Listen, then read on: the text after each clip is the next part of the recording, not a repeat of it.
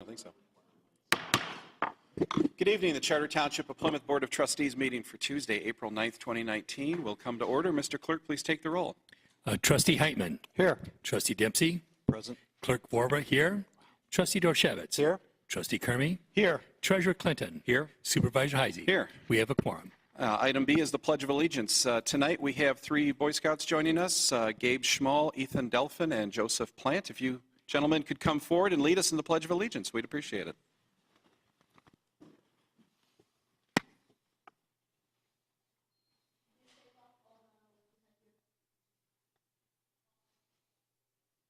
Pledge allegiance to the flag of the United States of America and to the republic for which it stands, one nation, under God, indivisible, with liberty and justice for all. Thank you, guys. Thank you, gentlemen. Thank you very much. Next, we are going to deviate a little bit from the agenda because this is National Public Safety Telecommunicators Week, and we have two of our dispatchers here with us tonight, Cynthia Fell, who is the dispatch coordinator, basically. Is that your official title? Supervisor. Oh, sorry. I think I'd remember that. And also with us is Cassandra Bulmer, and they will be coming forward to accept our proclamation in honor of National Public Safety Telecommunicators Week. All right. Thank you. Thank you. Thank you.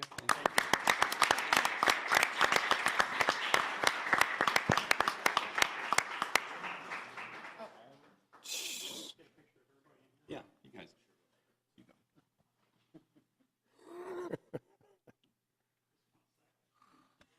Cindy Jack just photobombed you.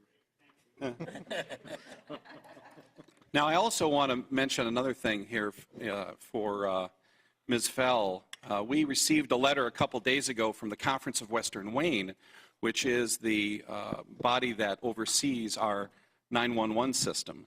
And this was a letter from Jordan Selleck, who is the executive director of the Conference of Western Wayne and the 911 coordinator. And it's a very short letter. Dear Ms. Fell, as the 911 coordinator for the Conference of Western Wayne, I would like to personally extend my gratitude for your work on the Next Generation 911 MSAG project, which stands for the Master Street Address Guide. Specifically, you were acknowledged by our 911 MSAG consultant as one of the top 4 respondents in the project. Your error rate for the MSAG was 0.009%, which is almost unheard of.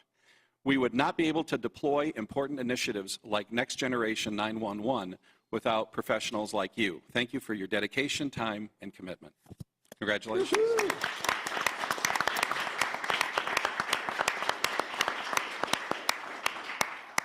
Beautiful.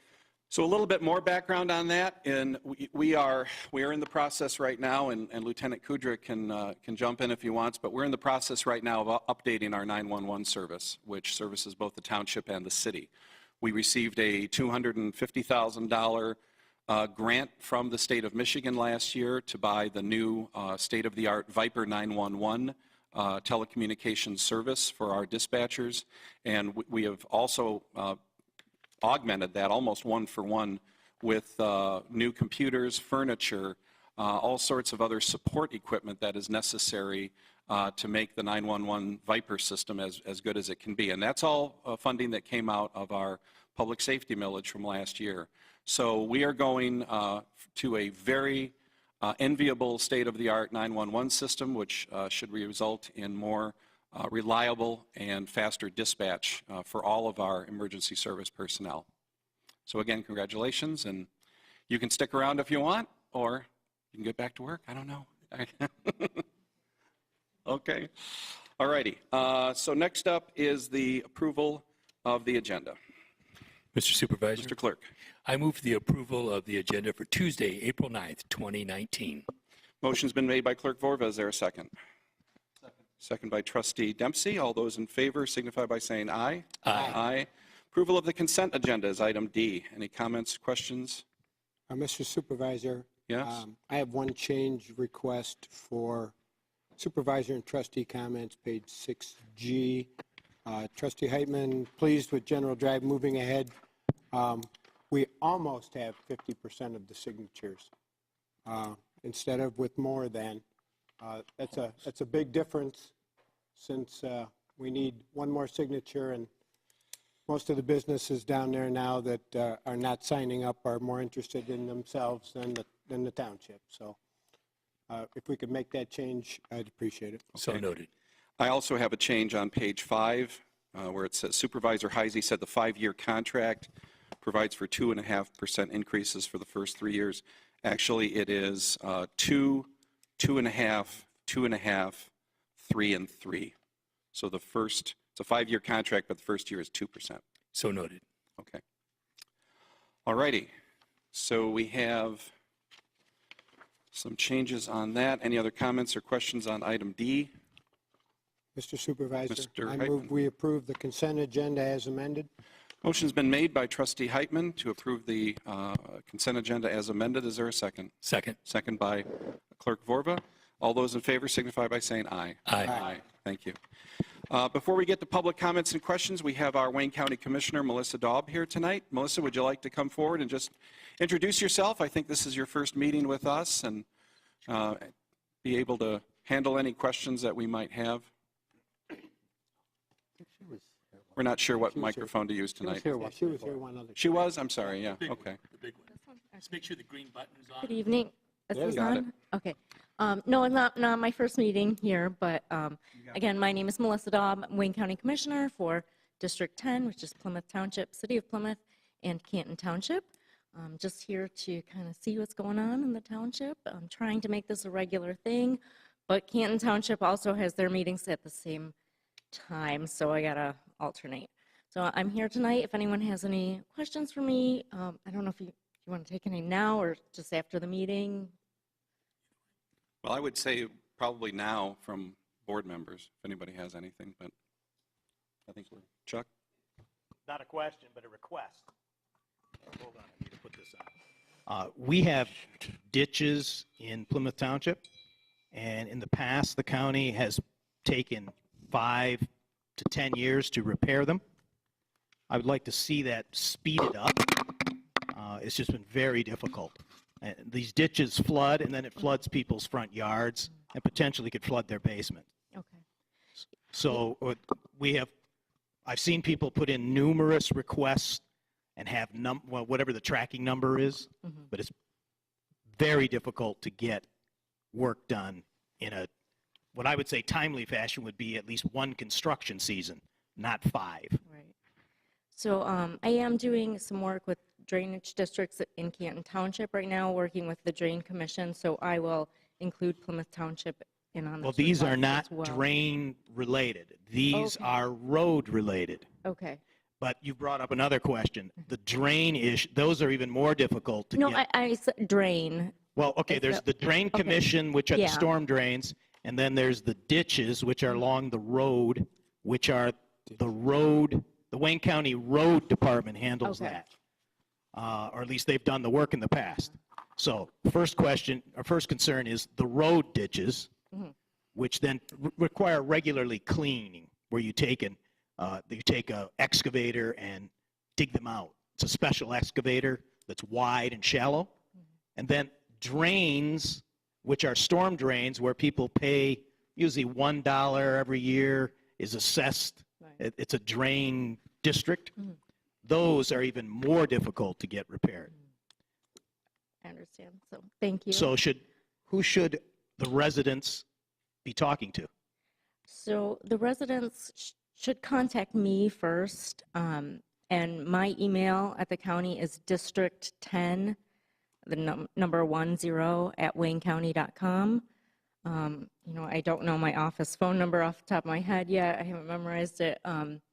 But all my contact information is online. If you just Google Wayne County Commission, Melissa Daub, it's D-A-U-B, you can find it, how to get a hold of me. So please contact me if you have any drainage or ditch-related issues or any other issues for the county. Okay. And I'll be around after the meeting if anyone wants to talk to me one-on-one. Thank you. All righty, thank you. Next is item E, public comments and questions, limited to 3 minutes. This is not your only opportunity during the evening to comment on items. There will also be another opportunity at the end of the meeting, and we also encourage comments and questions on individual agenda items as long as they pertain to that particular matter. So, any comments or questions at this time? Susan Bondi, just a question, resident. Was going down 5 Mile today. It's, in case you're, they've got all kinds of orange blocks up. It's a mess. You know, basically you're almost, I can't even imagine, I wasn't rush hour. I was going down there about 1:30. Where on 5 Mile? Right on 5 and Beck, okay? Okay. And they're working on the road there. It looks like they're ready to put in sewer pipe maybe to go to the development there. So, you know, basically it's very congested. And I'm concerned, are the garbage trucks and all that still limited to using 5 Mile primarily in the expressway, not allowed to use 6 Mile? Well, the Northville Township had posted signs and amended, with the county's permission, received a ability to get an ordinance revision to limit truck traffic on 6 Mile and I believe 7 Mile. That had the effect of pushing traffic further towards us. Right. We then began very aggressive enforcement of heavy truck traffic on Ridge and North Territorial and Ann Arbor Trail, which tended to push the truck traffic north. So we are really, frankly, trying to push the truck traffic onto 5 Mile. Okay. It is, 5 Mile is in bad shape. That's one of the reasons why we've created the MITC Redevelopment Authority. And those trucks are going to continue going there for the foreseeable future. Well, I just be aware you need to drive out there because it's going to be a major roadblock. And what's happening right now at 5 and Beck is a road intersection reconstruction program. Okay. They're widening the intersection. Okay. They will be putting up better traffic signals Lights. And traffic devices which are designed to move the traffic through there Okay. at a faster pace. Okay. But that is it's a project that was spearheaded by Northville Township, but there will be work done on our side as well because 5 Mile is still a county road. Sure. And this is a collaborative project between Northville and Wayne County. Okay. Sorry for all those businesses there. That's okay. Anybody else? All righty, let's move on to the public hearing for the fence ordinance text amendments. So I need to do a public hearing on this, and Mr. Supervisor, just to note that this was properly noticed in the paper of record for the Plymouth Township. okay, so we're going to do a public hearing that requires a roll call vote, a motion to go into a motion to hold the public hearing, and I need a roll call vote when you're ready. Motion to open the public hearing? Okay, motion's been made by Trustee Dorshevitz. Is there a second? Second by Trustee Kermy. All right, Mr. Clerk, please take the roll. Supervisor Heisey. Yes. Treasurer Clinton. Yes. Trustee Kermy. Yes. Trustee Dorshevitz. Yes. Clerk Vorba, yes.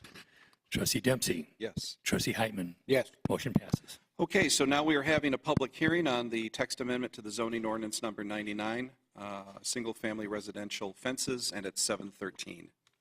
So at this time, does anybody from the public like to comment on the proposed text amendment regarding fences?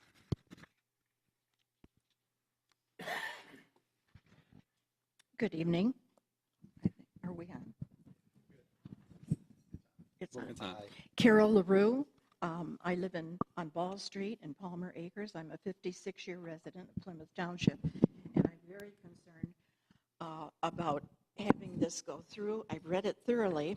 My fence was put back up in the days when, you won't even remember this, you're all too young, Dick Gornick and Russell Isbister. And I went through this whole thing, this fence thing, very thoroughly at that time. If you have your papers in front of you, on page 46, I believe it is, there is something about cyclone fencing having to be muted and in a natural color. Now, when they have made these rules, you have to consider the different placement of homes. Now, if you have a man who lives on 2 acres of land and he wants to put up a 4-foot cyclone fence all around, why would you want to make him pay more for a different kind of cyclone fencing, which is probably going to cost him more to put it into something with this, what you call muted natural color. So I'd like you to consider that.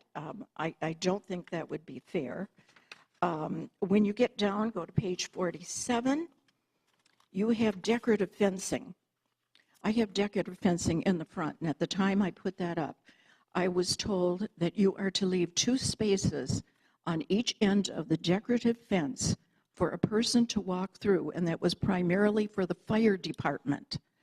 Now, when someone comes in for a permit, you don't ask them, where is your fire hydrant located? But it makes a big difference if they come for a fire. Your front has decorative fence all across, and they have to pull more hose to get to the driveway, or they may have a side garage and decorative fence goes across the whole front of the house. You're asking the firemen to drag a hose further.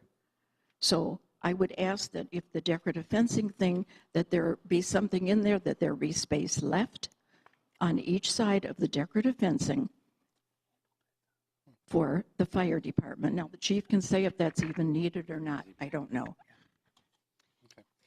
I'd like that to be addressed. And also go to page 48, and you're talking about dog runs. I'd like you to be consistent about what you're going to do.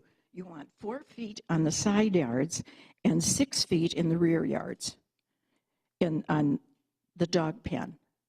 Let's be consistent and make it 6. You don't know what kind of a dog they're going to put in there. A dog is very smart. A great big dog will learn very quickly that he can scale a 4 foot on the side.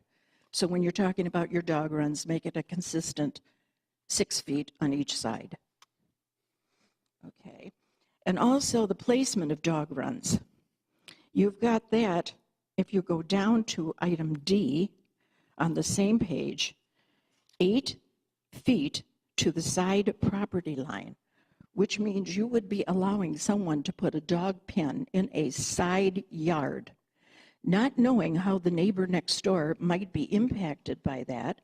What doorway do they have that would lead to that side yard where you're keeping a dog? You know, you're not just keeping a dog. There's a dog that's doing his business there every day, and if people don't keep that clean, you've got a problem. You're right on top of your neighbor.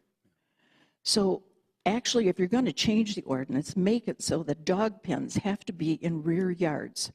Your 10 feet from the back line is fine, but keep it away from the neighbors. So you might take that into consideration. And going to page number 49, go to item D, the appearance. Now, when I put up a fence, if you pay one back line way back in those days, which is many years ago, I'm probably anticipating $5,000 for, let's say, 60 feet of cedar fencing, stockade fencing. I could hang it whichever way I wanted. Now, according to the way you're writing it, that fencing the good side has to face my neighbor, who is not paying any money at all for the fence. So why should I have to look at the boards? Why can't I have the good side? And I'm bringing these things up for you to look at and to consider before you go ahead and pass any kind of resolution, because there's a lot more things included. I think when people come in for a permit, they should have a copy of their survey, show how their house sets on it, and then make the decision how you're going to grant their permit. I would like you to be able to do that. I would ask the board not to pass this resolution, but to send it back to the Board of Appeals, to the Board of Appeals or the Planning Commission for revisions. And and if anyone needs, I will give of my time to help with that. So I think that's about all I have to say, and I bet you're grateful for that. So thank you very much for listening to me. But I do hope that you will not pass this resolution as it stands, and will make adjustments to it. Thank you. Okay, thank you. Anyone else? All right, I need a motion to close the public hearing. Motion to close. Motion's been made by trustee Dorshevitz. Is there a second? Second. Second by clerk Vorva. Mr. Clerk, please take the roll. Trustee Dempsey. Yes. Clerk Borba, yes. Trustee Heitman. Yes. Trustee Supervisor Heisey. Yes. Treasurer Clinton. Yes. Trustee Kermy. Yes. Trustee Dorshevitz. Yes. Motion carries. Okay, thank you. Next up is item F2. This is the fence ordinance text amendments consideration. Laura Haw, if you could come up and answer some of the questions that were raised and questions and comments that we may have as well. Certainly. Thank you, trustees. We did discuss the fence ordinance in depth at the March, can't hear. Right into it. Right into it, please. Up to your mouth. Thank you. We did discuss the fence ordinance in depth at the March 5th Board of Trustees study session. And the Planning Commission has discussed this at various meetings throughout 2018 and 19 and held a public hearing earlier this year. At the study session, if you recall, representatives from the Zoning Board of Appeals, the Planning Commission, and the Building Department were in attendance and provided their comments on the draft ordinance and were in favor of the recommendations. Since that March 5th meeting, we have had no public correspondence in our department, at least. I'm not sure if the clerk's department received any notification. In terms of the proposed changes to the ordinance, I'd like to make it clear that only the text that's shown with red, either underline or strike through, is proposed to change. So as part of this review by the Zoning Board of Appeals and the Planning Commission and the Building Department, their decorative fencing, there are no changes proposed to that section, and there are no changes proposed to dog runs. And the reason for this is because, excuse me, the Zoning Board of Appeals had identified repeat variances being received only for privacy fences as they relate to 4 feet in height to 6 feet in height increases, and they hadn't denied a single case. So that's the reasoning for review of this ordinance. If it please the commission, the language on page 46 regarding the chain link fencing in a muted natural color could be stricken. This is to discourage some of that more vibrant green fencing that you sometimes see in other communities as a type of coated chain link fencing. But Laura, you're not seeing a lot, the zoning board is not seeing a lot of chain link fence applications at this time in history, right? Correct, and I believe the building department stated at the March 5th meeting that most of the applications they receive are not even for wood fences anymore, it's for vinyl or aluminum. Or later in the document, when you talk about privacy fencing, you ban chain link fences. Can you help me understand why in the front yard they're okay, but in the backyard for privacy they're not okay? The ordinance currently provides that chain link fencing is not permitted in the front yard as a decorative fence, and that's how it is today. No changes proposed to that. And then as part of this change to the privacy fences, chain link fencing would still be allowed, but only at 4 feet in height. So you couldn't have a 6-foot chain link fence, but you could have a 6-foot wood fence or a 6-foot vinyl fence, for instance. What about existing chain link fencing? Existing chain link fencing at 4 feet, which is currently permitted, would be, considered a legal an existing 4-foot fence, chain link fence, would be permitted to stay, and it would be legal because you could still put one up today, just not at 6 feet. So there wouldn't be some type of code violation if you had a chain link fence today? No, you're correct. So in that cyclone fence, I have one that is galvanized. It's taken down by a tree falling on it. Mm-hmm. I want to replace it. I just replace it without having an objection that it's not pretty? It would really depend on the building department. I'd like to take a step back and make it clear that any fence permit requires building department review. There's an application, there's a process. You have to have, I believe, at least a mortgage survey. You may have to have homeowners association approvals. And as part of that process, if there was a fence that was damaged, the building department would apply the building code. And there's a percentage of the fence, if it was destroyed by a tree or a fire, you could replace it. Otherwise, it would have to be conforming. Okay. Mrs. Carol LaRue, who raised these concerns, she had some very good ideas, and I want to see the cyclone fence item changed to allow galvanized fence, because her point is that the cost could be substantially higher in an area that has a large fence. And the other thing with appearance is having the good side out. I want that to be the option of the property owner. Those are two excellent ideas that were brought up in the public hearing. And public hearings typically are to take input and then go back and redo. But this one, since we're on a time pressure with a half a dozen people wanting to build fences, we're skirting a little bit of the spirit of a public hearing because we're not going back. So I'd like to. Well, it's because we did this 4 weeks ago. This Right, is our and there was second public hearing. and there This was is our an error. second go around. There was a glaring error about 6 foot in the front. Remember? Yeah. So And there's now some you've good got more points glaring here. errors. Anyway, yes, it was. It was huge. Now you've got more glaring errors. Well, you know, no, you- these aren't errors. These are desires. You understand that if I want a fence on my property, I'm going to go to the building department, I'm going to get a permit, and I'm either going to be accepted or rejected by the building code official. If I disagree with that decision, I can still go to the zoning board. This is not set in stone. I mean, you can still appeal these provisions to the zoning board. But we're doing this to reduce the ZBA Yeah, and we will expense and hassle substantially. for a homeowner. Yeah, we will substantially. So these are really good ideas. We should consider them. Should have considered them 4 weeks ago. They weren't brought up until the public hearing. This is the official public hearing, not the one 4 weeks ago. It's this one. Second public hearing. This is the official one because we had to republish. Because you had changes.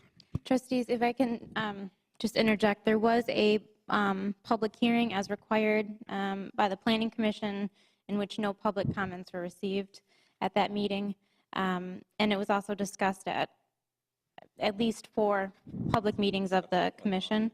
I would say that regarding the chain link fencing, if that is something that the trustees do not desire regarding the powder coated, that could be stricken. However, the appearance, with the finished appearance, this was something that was specifically identified by both the Planning Commission and the BZA as being a priority. And when we reviewed the surrounding community ordinances, this is standard and required as a courtesy to your neighbors in the surrounding community. And really, given the amount of fencing applications that the building department is receiving on vinyl, the standard doesn't come into play. It's almost moot. Correct, for vinyl, but for wood, it would not be. So we want to make ordinances that have longevity and reduce intrusive, expensive, or difficult tasks that are not adding value. So that's why I'm saying we should consider at least some of these ideas. Mm-hmm. The cyclone fence one, I think, is a no-brainer with the color of the cyclone fence. So just so I'm clear, Ms. Haw, on page 46, you're suggesting we could delete the phrase "and when powder coated in a muted natural color"? Is that what you're suggesting? Yes.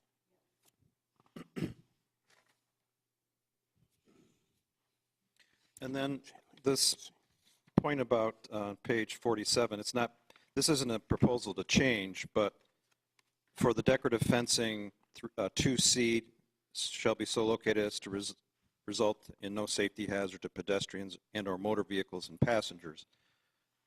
Does that affect the fire department in some way? I mean, it speaks only of pedestrians and motor vehicles, doesn't speak about fire response. Is this? I'm trying to think of an example where a fire hydrant would be behind a fence. I really Aren't can't. they near the street? Or is she saying that the fire hydrants at the street and the fence would impede going to the? Yeah, I think that's what she's saying. Talking about access to backyard? Back, Or front. front yard decorative, right? Yeah. Or front yard decorative, right?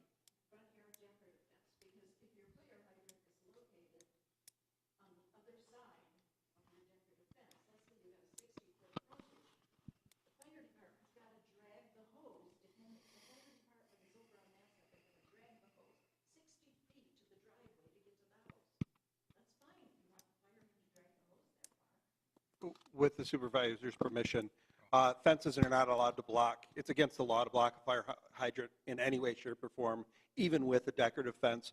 This would not supersede that state law. So nobody can build a fence in front of a fire hydrant. So that's state law.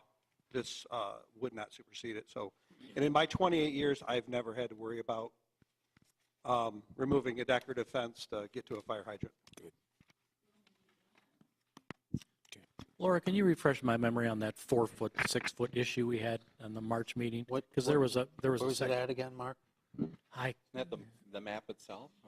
Or? no, there was a section here that Carol pointed out with 4 feet. For the dog fence. The dog. Oh, dog. No, it wasn't the dog fence. There was The dog. 4 feet in the front and 6 feet on the That was side the or whole something. reason we had to. Right there, right there, right there. Change, yeah. To start with. Go back up a little bit, Bob. Up? Yeah, right there. Maximum height shall Oh, be yeah, 4 yeah. feet in side yards and 6 The feet in dog rear run. yards. I thought we discussed that and We did. we got rid of that.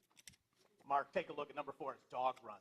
But you're right, that was the reason that we Oh. went back to, we delayed this, was because it was 4 foot in the front 6. yard. Yeah. It was an error, and it didn't make sense because then people would come back to the ZBA anyway. Yeah, the drawing showed, but that wasn't, but That was in 1A. 4 feet in side yards and 6 feet in rear yards. There's no change to the text that's shown on the screen for dog runs. That's a separate type of fence. But I understand what you're saying is the dog will just jump the 4-foot portion, right? Instead We of, discussed that. yeah, you brought it up, Jerry. To the fact, though, that you were talking about 4-foot fences, though, in the front or the side there, at the side of the house, and I thought, hold on, I'm talking to Laura Haw. So we were talking about the 6-foot going all the way around the entire perimeter. So now you're talking about dog runs, Laura. So what's the difference? Or should that have to be changed to reflect what we talked about at the last meeting? No, the dog runs are something that is where the pink line is shown. That's where you could do a 6-foot fence if this ordinance is passed tonight. A dog run would be further set back within the yard itself, and that's not what the Zoning Board of Appeals has received variance applications for. They've only been receiving the variance applications as related to dogs for the privacy fence for the whole yard. So we are correcting that issue tonight, not to do with dog runs. I mean, so is the ZBA getting dog run applications at all? No, not to my knowledge. They have not presented that. I mean, Tim Boyd is here from the zoning board. I mean, does this happen a lot or what?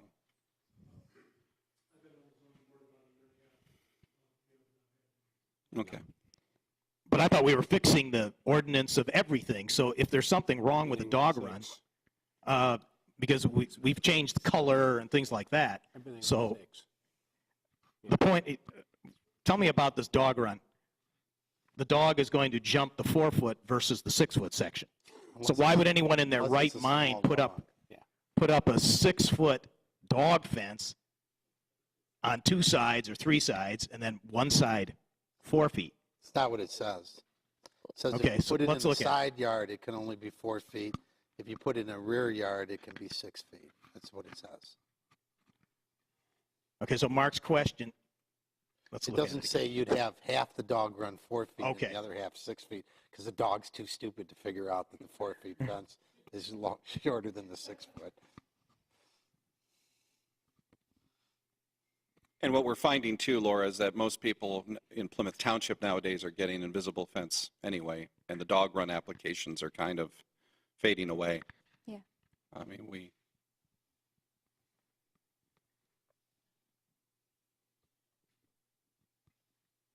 Does the Okay, so board- let's look at A again. I guess I can't understand that. Yeah, no, I understand. I didn't realize that was for dog runs only, and B, now I understand that we're not changing this, that it's always been part of the ordinance, so I'm fine, thank you.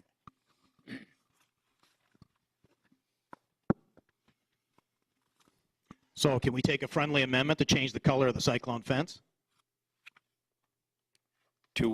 so what would the color be now, and what do you want to change it to? Just be silent on the color. We encourage colors, but not require it. It'll be galvanized, which is what a base cyclone fence or chain link fence is. Laura, correct me if I'm wrong, but I think that's what we want. I think what we're trying to avoid is some kind of 1950s style chain link fence with green and white stripes going through it. Correct. Especially green and white. I like green and white stripes. No, I'm not talking about the stripes. I'm talking about one without. If you install a plain chain link fence that's galvanized, Yeah. that won't be allowed, right? I think Trustee Dempsey pointed this out correctly. If we just would strike "and when powder coated in a muted natural color," then the ordinance would deliver the intent that the board is seeking. And shall not contain plastic, and leave that in there, yeah.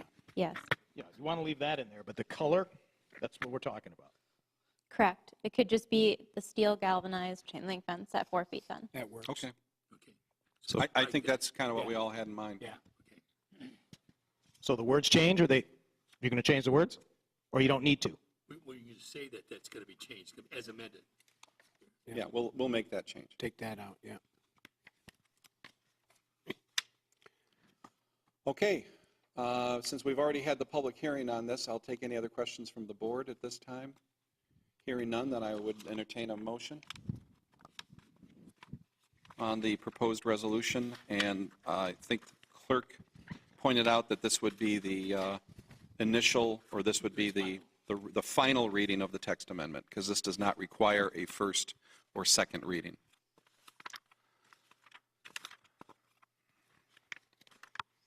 Okay. Have a motion in here? So I move to approve the final reading of the text amendment to zoning ordinance number 99, Article 6, for single-family residential fences, with the friendly amendment that chain link fences are not required to be powder coated. Right. Resolution number 2019-04-09-40, and move for adoption to occur on April 23rd, 2019. No, move for adoption to occur today. Well, it has to be. Has to be published. Is this the first reading? But we still have to publish it, yeah. Okay. But we have to publish it at that. Sorry, and adoption to occur on April 23rd, 2019 at the regularly scheduled Board of Trustees meeting. Good job. Okay. I don't think I got that right. Well, I don't know. It's strangely, Because after you do this, we have to publish it. well, why does it have to be to occur at the regularly scheduled Board of Trustees meeting? Yeah. I don't get that part. Yeah, it would be published after this evening's meeting and then take effect. Yes. Okay. I'll withdraw that. No, wait, this is, We should write it down. Bob, I would just start over. I would Yeah. I move to approve the reading of the final reading, and then and just to occur when published, effective upon publication, because Yeah, we're not doing a that's good. second reading on April 23rd. That's perfect. Mr. Supervisor, I move to approve the final reading of the text amendment to zoning ordinance number 99, Article 6, regarding single-family residential fences, with the friendly amendment that powder coating not be required on chain link fences, with resolution number 2019-04-09-40, and to become effective upon publication.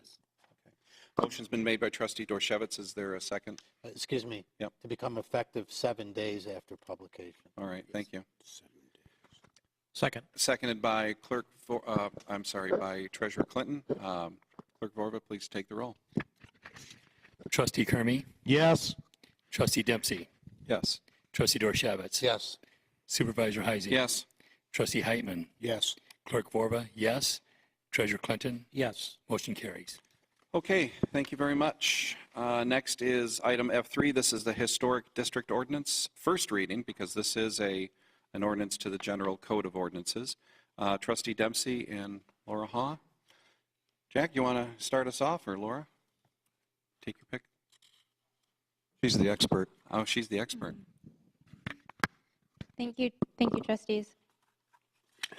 The words historic, historical, and preservation are not mentioned once in the township's adopted 2015 master plan, but it's well known and documented that communities are tied to their history and that it plays an important role in defining one's culture and the economic development of a municipality. Per the American Planning Association, APA, the conservation of historic buildings helps to retain a tangible connection to generations that came before and serves to preserve buildings of particular architectural and artistic merit.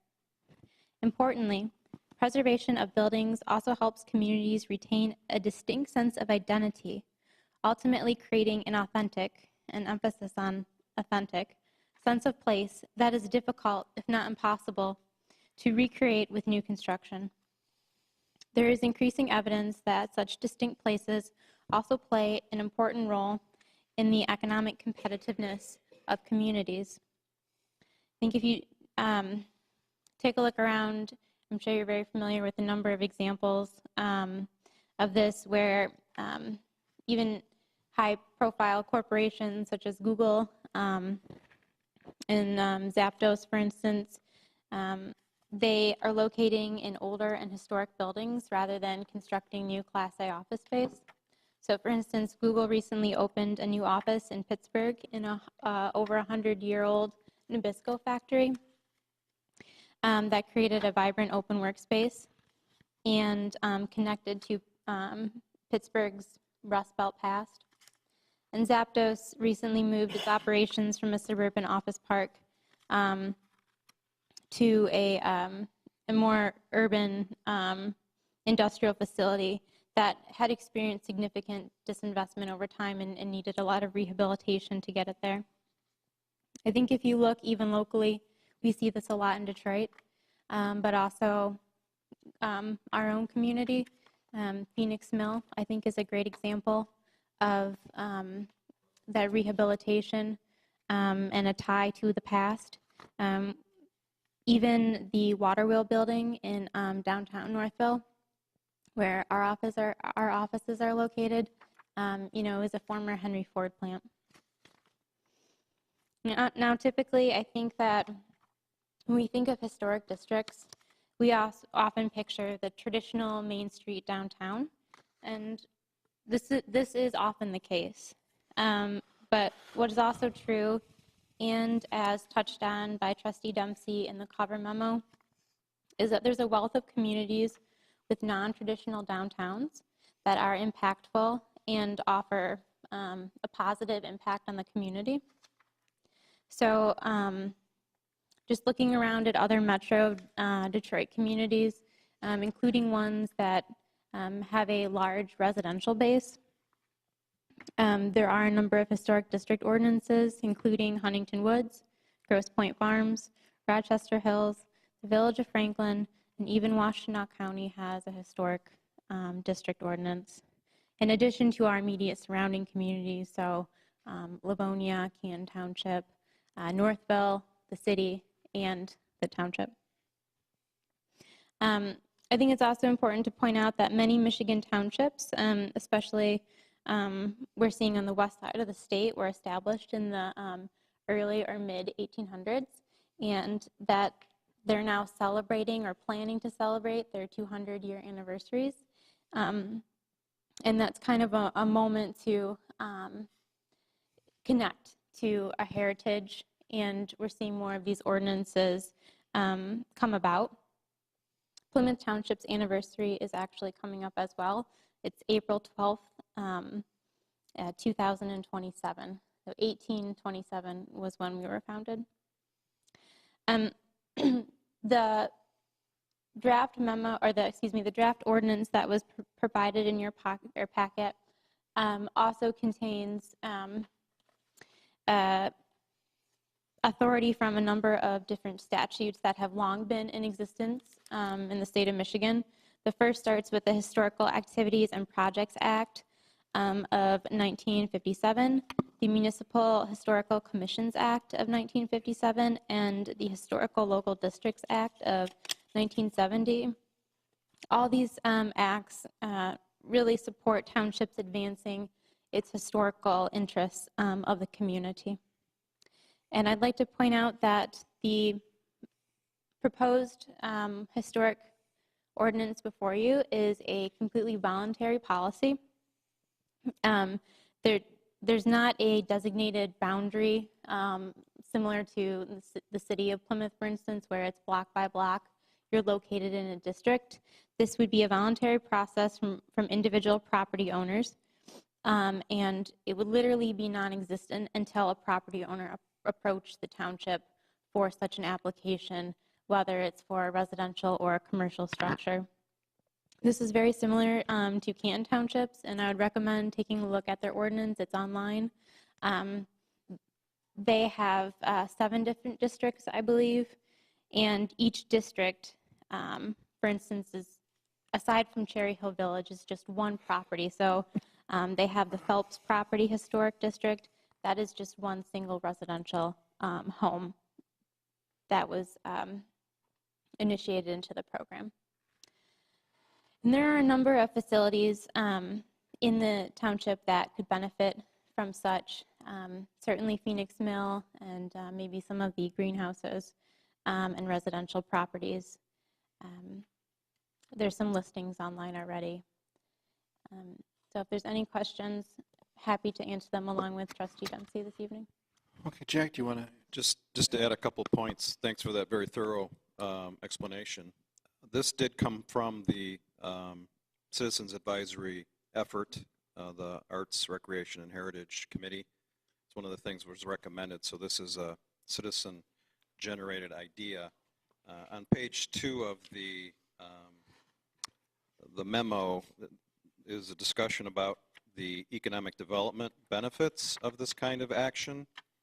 And since 1976, according to the National Park Service, there's been some $100 billion in private funds used for rehabilitation, preservation of historic structures in America, which is an amazing number. There is a federal tax credit. Michigan used to have a state tax credit. It was eliminated. We won't say by who or by when or by what legislator might have participated in that. I'm sure it was for a good reason at that point. But last session, it almost came back. It passed one house and passed the committee of the other house. It just never made it through the final lame duck flurry of legislation. There was a lot being taken up. But it's been reintroduced, and it's interesting that some of the sponsors of that bill are legislators who were former township trustees. So this isn't a top-down necessarily idea. It's from rural areas as well as urban areas. So I think it's a great voluntary tool that we can add to our economic development efforts, and it will potentially help us preserve structures that are like the Phoenix Mill, boroughs perhaps.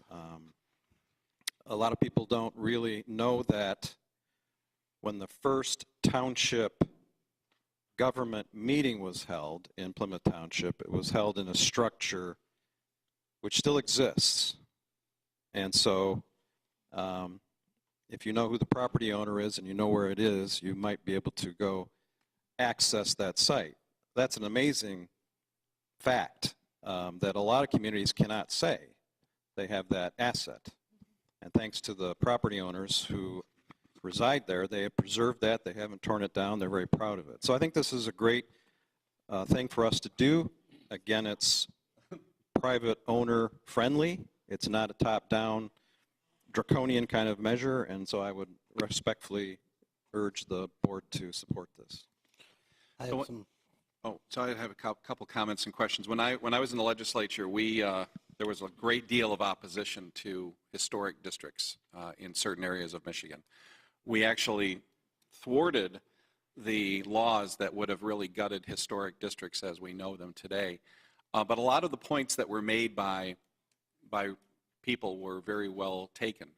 Some historic districts have really become municipalities unto themselves, and they dictate things like the style, the textures to be used, the materials to be used. And a lot of that is just kind of outrageous. And even if the property owner has the very well intentions to maintain that property as a historic, with historic appearance, sometimes the regulations that are imposed just go way over the top. So a lot of those concerns are valid. So that's kind of my prelude to my question. This is not a district that it's not an overlay district, correct? Correct. Okay, so it's parcel-based, Correct. kind of a virtual district that connects all of these parcels together. So let's say I own a home in the township that was built in 1900, and I want to make it a historic home, possibly so I can get a tax break, maybe so I can get a plaque on my house. And I have, my question is two-pronged. So my first question is for Laura, my second question is going to be for Jack. So walk me through that process. So I want to do this. Do I go to you, the building department? Who? So the ordinance provides for a historic district committee that would comprise of 7 members as nominated by the Board of Trustees. Is that a committee or a commission? That is a committee. Oh, no, I'm sorry, it's a commission. Okay. That would have to meet 4 times, but is an advisory to the Board of Trustees. And an applicant would go before the commission. There would be a public hearing with at least 14 days notice. And then the commission would have 90 days to review that application and make a final report, which would then go to the township board for ultimate consideration. So there's at least 2 public meetings in which that would take place. So these people who serve on the committee or the commission will have to be people who have some kind of historical interest, background, training of some sort. Because again, my scenario is a home that was built in 1900, but what if you get a guy who says, my home was built in 1995, but it was designed and the architect was Eero Saarinen, you know, and this is a one-of-a-kind architectural masterpiece. In my opinion, I have to sell you then on that concept, right? Well, I think that members that would be appointed to this commission should be well-versed and well-rounded in that field of architecture and planning. And the ordinance provides that a majority of the members shall have a clearly demonstrated interest and or knowledge of historic preservation, and that 2 members shall be appointed from a list submitted by duly organized local historic preservation organizations. So I think with that combination, there would be a rather unbiased and uniform educated approach to reviewing applications. And those applications, if you take a look at Canton Township's application, it follows a very similar process to the state, I believe, and those same type of questions would be asked by the township. Okay. So my second prong of the question is for Jack. How does this work legally? Does this run with the land in perpetuity? Is it recorded in the deed for that parcel? What happens when the people who apply for it, what happens when they pass away? Does it does it continue on to their heirs or run with the land? So the simple answer, I believe, is that a property owner could apply to have this designation removed from a property. So just as it's voluntarily a process to get it approved, it would be the same kind of approach to get it disapproved. The property owner could down the road seek to have it removed. If we think about the fact that we have a Frank Lloyd Wright house in this township, let's assume that the property owner came in and said, I want that to be a historic district. And it was approved. That would be obviously a positive development. Then they sell the house. A developer comes in and says, I want to tear it down. I'm the owner. I think it'd be better to build a PUD with, what was the number we had? 40-some? 73. 72 modern structures for empty nesters. Well, that would be where the rub would come in. And I would imagine that the commission would say that's not a very good idea, but there is an appeal process. So ultimately, this goes to a state historic advisory board, which looks at it and perhaps ultimately goes to court. But the intent of this is to try to preserve something like a Frank Lloyd Wright house and not have it replaced by a 72-unit PUD. There also is a historic residence on a road here. It was designed by an architect who actually designed the current logo for Plymouth Township. I believe that's on the National Register as well. So in some cases, people don't think there's that much history here in the township, but we have, as I said, a structure that dates back to 1827, and we have a Frank Lloyd Wright house, and we have this even more modern, mid-century modern house, which is very historic. So it ranges the gamut. My 1991 house, I doubt would be qualifying for a historic site, other than the fact that my wife lives there,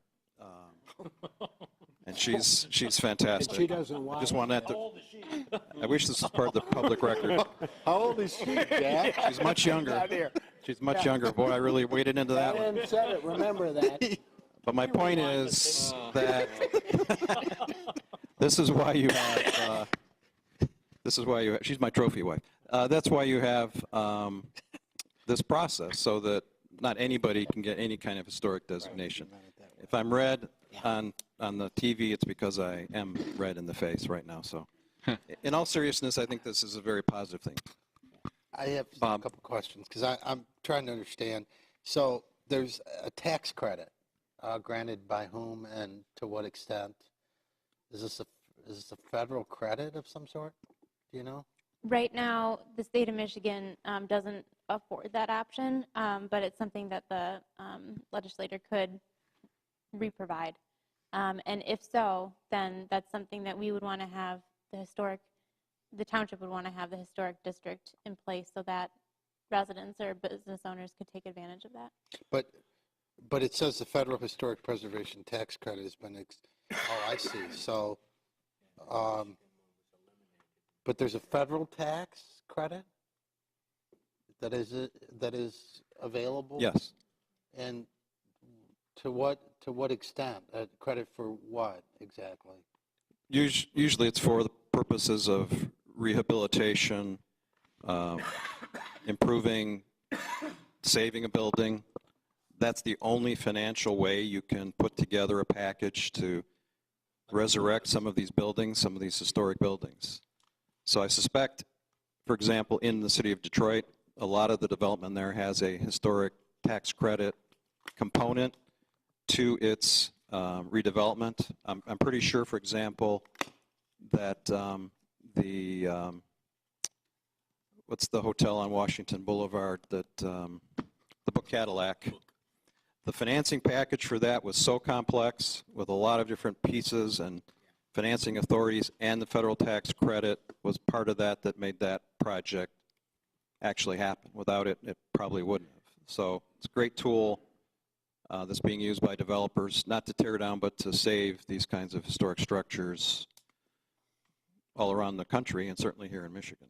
So that's not a property tax credit. No. So what I'm trying to understand is that, so I have an old house. I apply for this because I want to remodel my old house. I get a federal tax credit that helps pay for me to remodel my old house. Then I sell my old house, and the next owner can have that designation removed. I've used the tax credit to remodel my own house. That I'm not clear on how that works. If it is for a certain period of time, that's not permissible. I don't know the details of how that tax credit works. So I don't know the answer to that. But again, to have it undesignated, you'd have to go through this process. So I assume that would be part of the consideration is, did you get a credit? Is it in the public interest now for you to have this property undesignated? So Jack, if I buy this, if I'm the new homeowner and I buy this property that I know has the historic designation, now I want it removed. If I'm denied by the Historic Commission, now I have to go to court basically and appeal your decision. And the fact that I have to go that far, doesn't that constitute, Jack, a taking at that point? Aren't I, as the government, denying you your full and free access to your property? Not if you know ahead of time going in. I would contend that that's not a taking, either by virtue of law or in practice, because you are aware of what this designation does. You may have some alienation on the transfer of property, not being able to sell it, but that's your call because you put it on there. Right. And you still have an appeal, not to court directly necessarily, but you have an administrative process. You can go to the State Historic Preservation Review Board. So there's something that's less expensive, and state law provides for that kind of appeal. But if someone has a conservation easement on their property today and they sell the property, that runs with the land. So this is less severe in terms of removing one of the items in the bundle of property rights than an easement, say, or some other legal restriction. So again, this is really an attempt to try to maintain a certain authenticity of our community, preserving our heritage, and presumably we'd have people that would want to buy a structure like the Phoenix Mill, not to tear it down and build a high-rise next to M14, but to take it back to its original design and use it for a modern purpose that will benefit the community. And I would like to think that that's really what the outcome would be, and it's not an overlay, and it's not as restrictive, say, as some kind of easement process. Are you done, Bob? Two questions for me. The first one is, I know there are a couple historic landmarks currently in Plymouth Township. Without this, are you aware of how they went about getting that historic landmark designation? What are you referring to? Which properties? Oh, there's a property on McClumpha, south of Ann Arbor Road. Is a historic landmark. And actually, now that I think about it, it's not in Plymouth Township, but it's right on the corner of Napier and Powell. There's an old farmhouse that's a historic landmark. That sounds like that's the marker, state marker program. Yeah. So you can apply, and in fact, we as a township have done that, and we're in the process of getting a historic marker here for the township because of our 200th anniversary coming up. All that does is enable you to erect a marker, which is part of the state marker program, but just not anybody can do that. You have to go through a process. It has to be approved by the Michigan Historical Commission. So again, there's an authenticity, there's a genuineness. You have to document it with primary sources. I can't just make up a story and say, permit me to have a marker. So I think that's what you're referring to. We have a few of those. Not enough, but we could have more. I mean, Jack, there is a house on McClumpha, because it's behind my house, and on their front porch, they have an oval marker that says Plymouth Township Historic Home. Now, I don't know if that's some old program from many years ago, or did they have that custom built? I don't know. If it's They're not even the original owner. If so. it's the state marker, It's not, no. then I'm not sure what that would be. But there are some That may be the, properties that might that be do the, have a small marker because that's part of the state historic registry, like there's a federal registry. Now, there are homes in Plymouth City I've seen no. knocking on doors where there's a plaque and then it's got a little Wolverine in the middle, or there's some symbol of the state. That's what I'm talking about. Yeah, Wolverine, by the way. And it's an oval. It's an oval. Then that's a totally different deal. That's the state marker program, Right. state historic registry program, and Okay.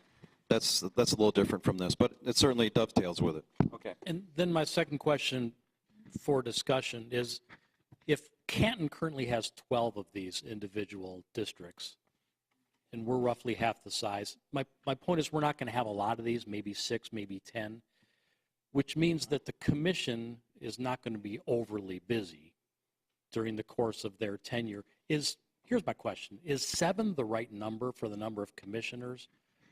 Are we going to keep 7 people busy and engaged if we're only reviewing 6 to 10 of these applications? Or maybe the right number is 3? I don't know. It's open for discussion, but 7 seems like overkill to me. Yeah, To answer that, this was based on a model state document, and Mr. Bennett reviewed it. I'm not sure whether it's required by the Historic Districts Act to have 7, or you can have a different number. Perhaps you could answer that. Section 4 of the Local Historic Districts Act provides that the membership in a local unit having a population of 5,000 or more individuals shall consist of not less than 7 or more than 9 members. That's okay. That answers that question. I think we can find people. And we may want to pull somebody from the Planning Commission and the Zoning Board as well, just so that they have that additional background. And the Planning Commission did express interest in this. so from a mechanic standpoint, would we appoint this committee soon, or we would wait till we have an application? We could work on it over the summer. We would put it on the e-news. We could publicize it and then ask for people to submit applications, just as we do for other boards and commissions. The ordinance language requires that after adoption and going to effect within 6 months' time, the board must appoint the 7-member commission. That's plenty of time. Will they serve without pay? Yeah. Without pay. I have a couple of other somewhat rhetorical questions. Canton, Livonia, Northville, the city of Plymouth all have much more historic structures than we do. I'm having a hard time really grasping where a lot of these structures are in Plymouth Township. So I'm trying to understand the need. It's well-intentioned, but I'm trying, other than the Phoenix Mill and maybe 2 or 3 other houses, one of the oldest ones we practiced fire on and burned it down on Powell Road recently, last summer. So help me out. Where are these structures really? And in this room, there's only 2 people here that have lived here longer than me. They may know more than us. So what's here? Well, I think to start, the Phoenix Mill, and then Gray's Greenhouse has expressed interest. Gray's Greenhouse as Yes. historic? On Joy and Lily. See, that's an example, yeah. Okay. All right. So That's my concern. I'll give you that. It was probably built in the 30s. Mhm. There's a number of homes on McClumpha. I think there's one on Governor Bradford, North Territorial, the Frank Lloyd Wright home. Impressive. All right. And there may be more but because we haven't really had this discussion, at least in my experience with the township, or that it's not, identified in the master plan or really discussed by the Planning Commission, there may be other sites. But ultimately, the decision to grant the designation is vested in the Board of Trustees. The committee is only making a recommendation. The Board of Trustees. Okay, has so to there's an approve it. element of oversight there at the Board of Yeah. Trustees. Is that right? Correct. Yeah, if you look at page 4, or page 60 of the package, page 4 of the proposed ordinance, 1.4.1 says the Board of Trustees by ordinance takes this action. So again, it comes before this august group for public hearing, public action. A lot of protections, a lot of safeguards here, so it's not something that is crammed down, as some people would say. I'd also point out, the supervisor mentioned the property on McClumpha behind his house. There's another historic residence that's on Ann Arbor Trail that is between Sheldon and McClumpha on the north side of the road. North Territorial, North Territorial, there's several. And there is an individual here who's attending every single board meeting practically who has historic barn on his property. So that's part of the fabric of this community. This was a farming community for many, many years, for many generations. We've lost a lot of that, and this is a way of trying to stay in touch with that heritage. And a lot of our culture comes out of that. The whole conservative financial kind of approach to township business, I think, is very much in keeping with where this community got started. And so we don't want to lose that fabric that's important to what this community is all about. Okay, let's go to page 66, section 1. It has to do with demolition by neglect. It begins on page 65 at the bottom, 1.14. Says require the owner of the resource to repair all conditions contributing to demolition by neglect. Tell me how this applies. Once it's designated as a historic district, is that what this means? Yes, for sure. It's not without such a designation. Okay, then once it's designated, then the township can require the owner to make repairs and can send the building official in to make judgments on those repairs. And we can take them to court, in circuit court, to make the repairs. That's what it says. And that's pretty intrusive, but I guess that's what comes with. If you apply for this, you will be aware that that's one of the ongoing requirements. Comes with the territory, exactly. So you would be aware, you'd be on notice, and if you're seeking this designation, I doubt that this would come into reality because your whole interest is trying to preserve this rather than let it deteriorate and become a site where the fire department would practice So if you buy its response time to a fire. If you buy a property with a designation on it, you're going into that with eyes wide open. And, you know, you could try to get it removed, and the answer could be no. Correct. But also you have an appeal process. Okay, any other comments or questions from the board? Comments or questions from the public? Just the only comment is that this was a great piece of work, very well written, very well put together. Public? Yeah, one with public. I helped. You helped?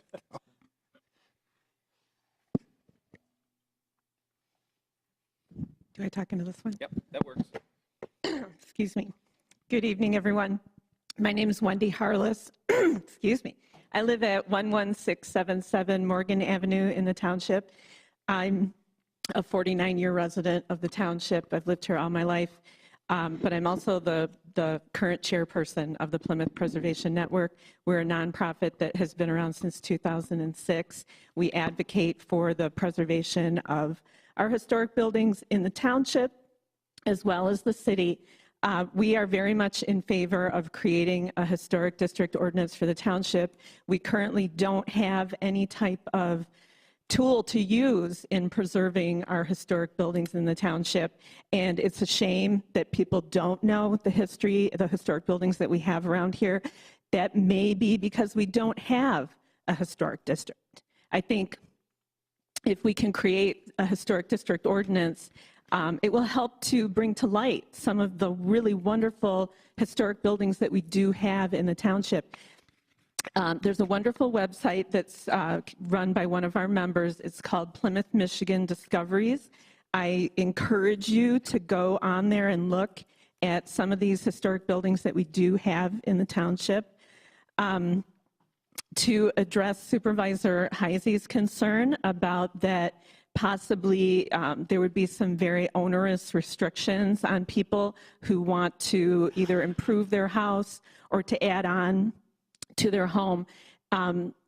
Usually the historic district ordinance will have in it that the property owner is required to follow the Secretary of the Interior standards for either restoration or rehabilitation, and they're very different.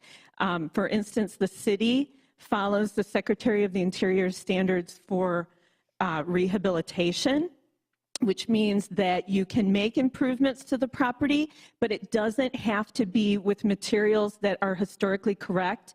Nobody's going to expect you to make your house look like something that belongs in Greenfield Village. Currently, the city will allow you to put vinyl siding on your historic building. They just let them put vinyl windows in the Wilcox house. It can be very flexible and allow you to use modern materials that will look historic from the street.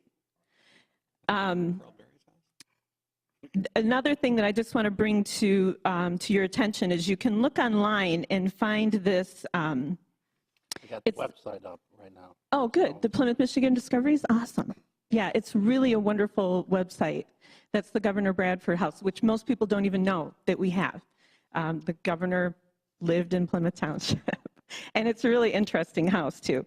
But anyhow, I want to encourage you to go online and look at this study that was conducted by the Michigan Historic Preservation Network. They're a statewide nonprofit that also advocates for preservation of our historic buildings.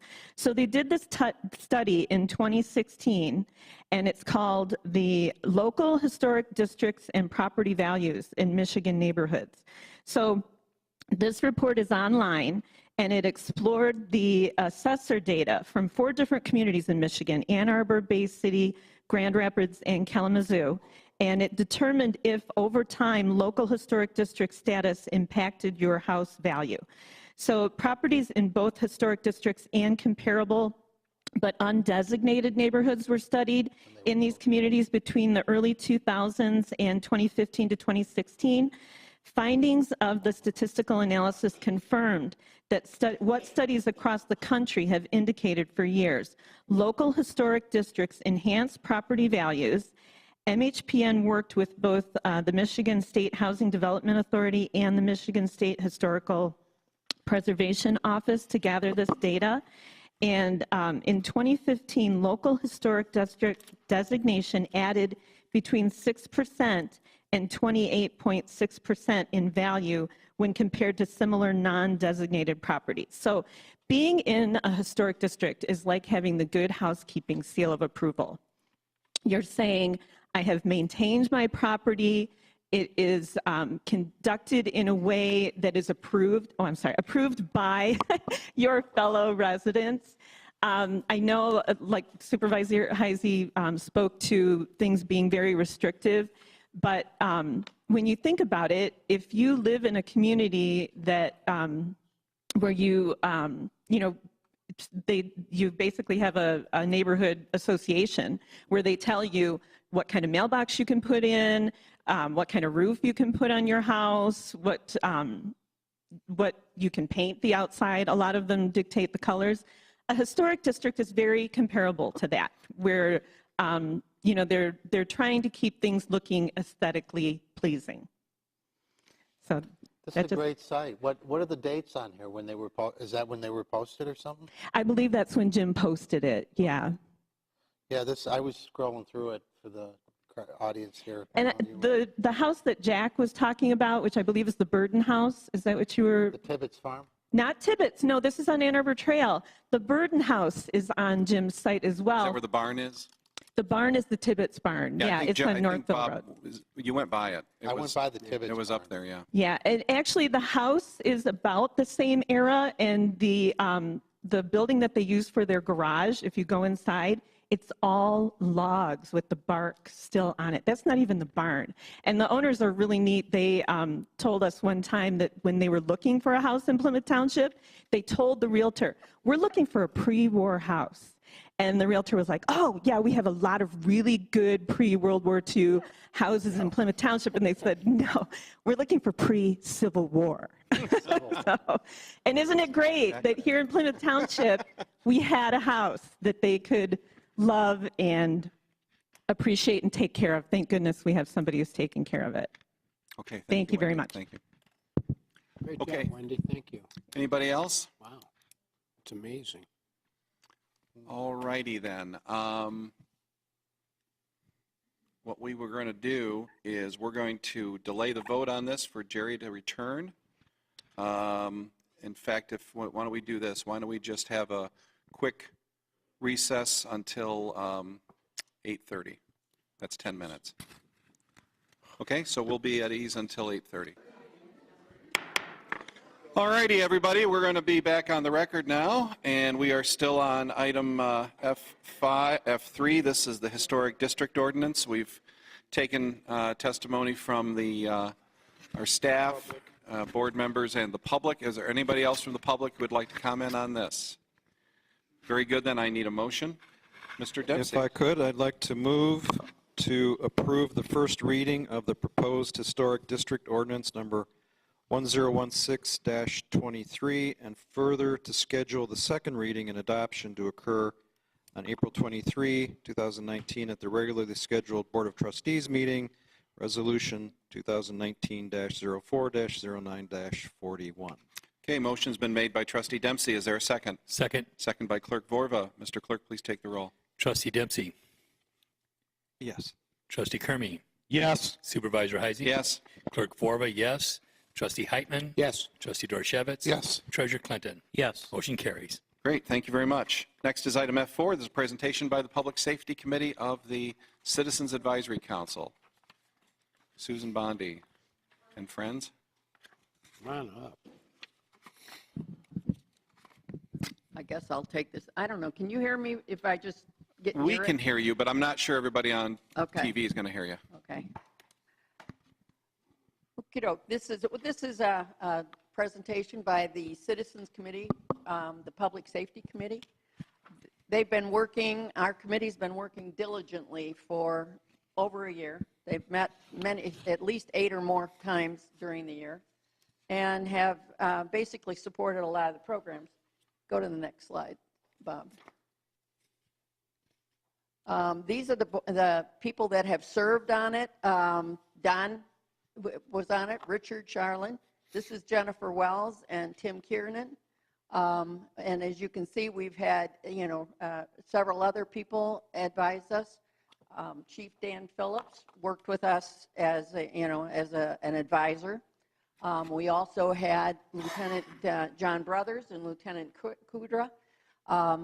In addition, sometimes the captain or the chief and the lieutenants couldn't attend, and so sometimes we had various firefighters attend. I don't think we had any other police officers. But we really enjoyed having that input, because then we got a different feel from all the people that served. And I want you to realize that some of the recommendations are reflections of what they told us. Okay, so keep that in mind. Go ahead and go to the next slide. Our general recommendations, first of all, I think you missed something. One of the things that we wanted to mention is that our main goal in the Public Safety Committee was to examine the public safety issues that affect the performance, function, and vitality of our township police and fire department now and in the future. So that was kind of the goal that we set initially, and then everything else that follows is a reflection of that. So I'm going to let Jennifer take over.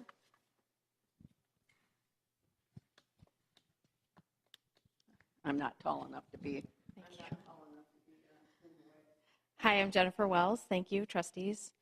Our team is really excited to have achieved our objective. You can go ahead to the next slide, of educating residents and promoting the mill that was passed. Very exciting, working with the videos that we put together, which you'll see as the second point. We published a lot of informative videos about the trucks and talking to the chief and doing some interviews, just things that can really help provide information as people considered the mill and how they wanted to vote, just giving a lot more information. We did start with the fire department with the videos. We'd like to do more with the police department in the future if they're interested. We started with the fire department because their needs were so much greater. So in the future, we could potentially develop some more videos with the police department as well.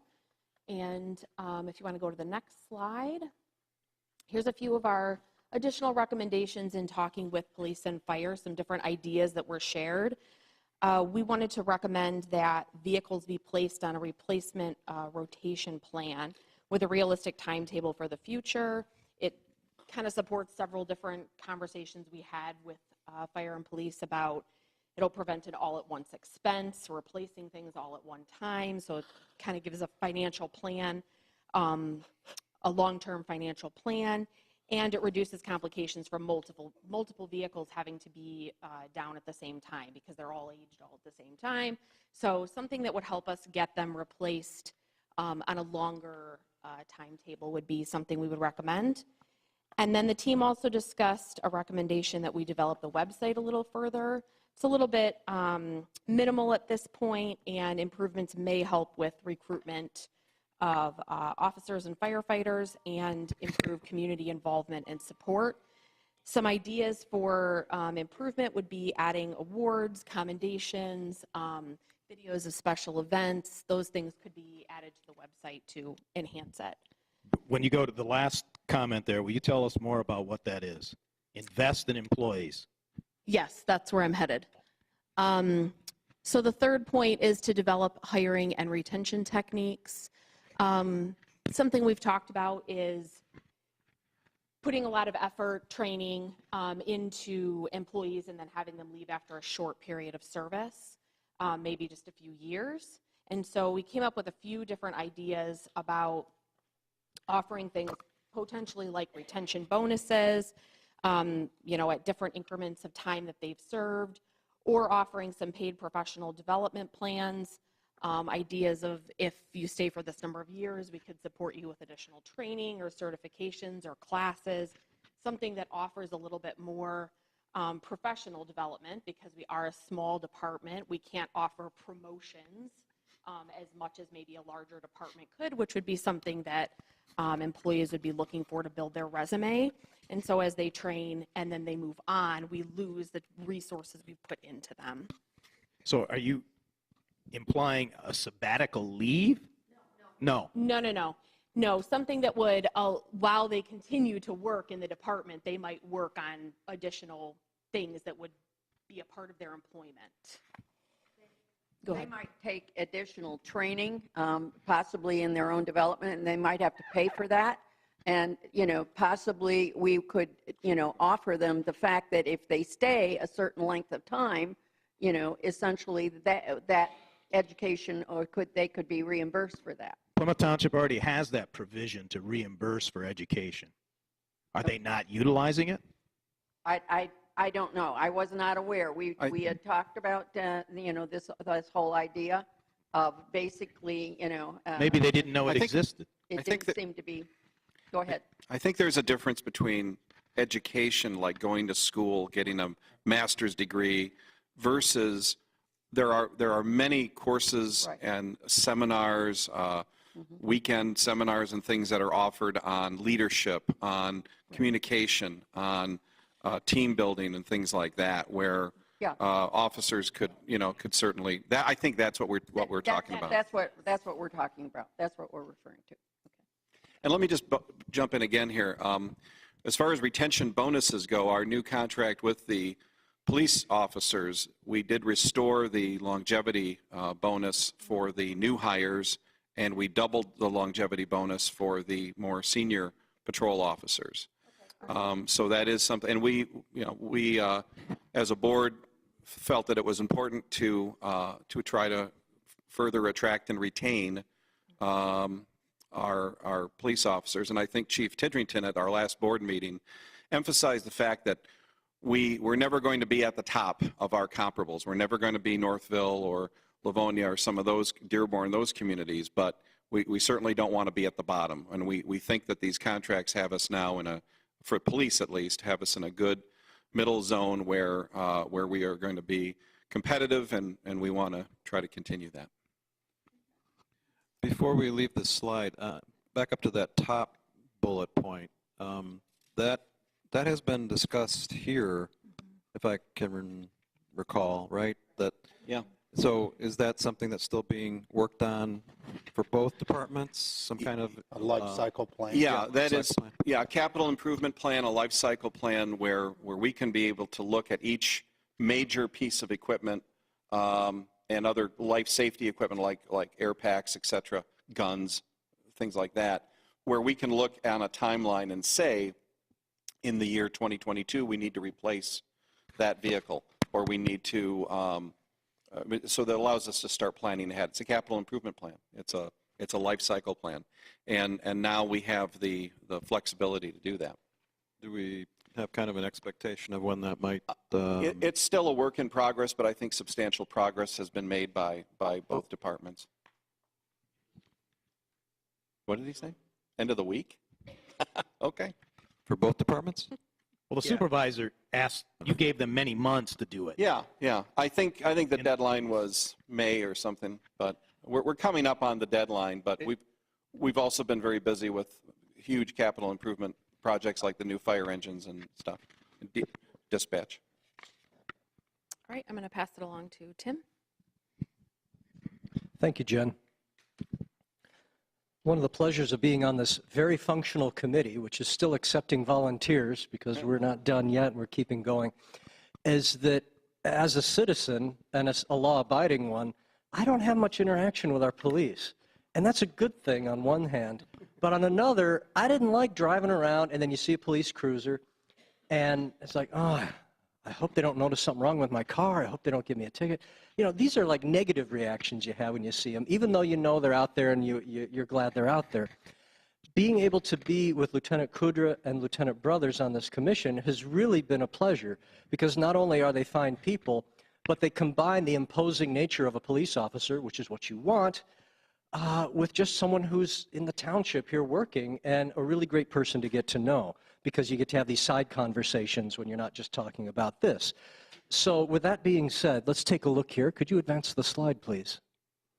We have a few things here that we talked about with the lieutenants, and one of these things was how do people get to know them while they're kind of in the line of duty, because it's not very realistic that we might say, boy, I should probably know who my police are. I think I'll go hang out here at the station. Well, for one thing, they're working. You know, they're not going to be out here just, you know, shooting the breeze with you if you stop by the station necessarily, or for very long. They have a job to do. But what if their job involved things that formerly have been here and that they liked very much, but that for one reason or another, sometimes budgetary through those lean years that we had 10 years ago, have kind of fallen by the wayside. One of them is the Canine Patrol Unit. Many people like animals. I'm sure many people in the room here have pets. But what happens when the police have a pet that is also a functioning officer with the department? They miss being able to go out to the schools and bring the dog around to the kids. I thought, well, how expensive are these dogs? Well, they aren't cheap to get because you want a qualified applicant, just like you would with the human officers. But we have a wonderful community here with generous businesses who have volunteered to provide medical care and food and supplies for a canine unit. Which I thought was great. It would be nice to see that looked at again at some point if they want to pursue it. Another thing that I had not thought about till I talked with the lieutenants was motorcycle patrol. You know, when you're in your car, it's a very safe place because you've got the doors and the metal and the glass and it seals you off from the outside. For the police, though, that seals us off from interacting with them. You see them and you think, once again, I hope I don't get a ticket or you know, I wonder who that is. But it's hard to know because, you know, maybe we've got tinted windows and it's not easy to know who they are. A motorcycle patrol officer is someone who's much more approachable because they don't have the glass and the metal between you and they as they come up to the intersection, as they come into the parking lot of a business. So a motorcycle patrol might be a really good way to have people start to get to know who is that officer. When they're in a car, it's kind of like, a little more work to go find out who it is. When they're on a bicycle, which is the third point here, or on a motorcycle, it's a lot easier to have that eye contact and even just chat with them before they drive off. A last thing you see here is something I would really like to do. They used to have the Citizens Academy, where you could, as a member of the community, go through a very abbreviated and not official training program with the police and experience kind of what it is to learn to be a police officer and do the work they do in the community. And I would gladly pay for this myself, just to learn more about what's going on. I've seen enough episodes of Cops to know there's probably not always a great day on the job when interacting with certain members of the community, but there's a lot of good times that are happening which are not as dramatic as you'd see there on TV. I would like to see all of these things looked at, but it's up to them as far as what are their resources and how do they want to improve things as far as community contact. Could we go to the next slide, Tim, please? before you leave this page, sure. In talking to many members of not only our police force, but neighboring police forces, these same units, these same instances could be used as attention and retention for people that want to specialize, right? So you got guys that, I'm going to be a canine guy. Oh, you don't have canine? I'm not even going to look at Plymouth Township. So it's one of those things that we could attract different police officers that today wouldn't even be looking at us if we did these kinds of things. Diverse ways of doing your job sometimes leads to some interest. I know at my job, if I was in the same slot all the time, after 7 years, I'd be like, God, get me out of here. But I can move around within this huge corporation, which affords me an opportunity to do some different things while still having the same career with the same employer. Maybe it's the same kind of thing. So thank you for bringing that up.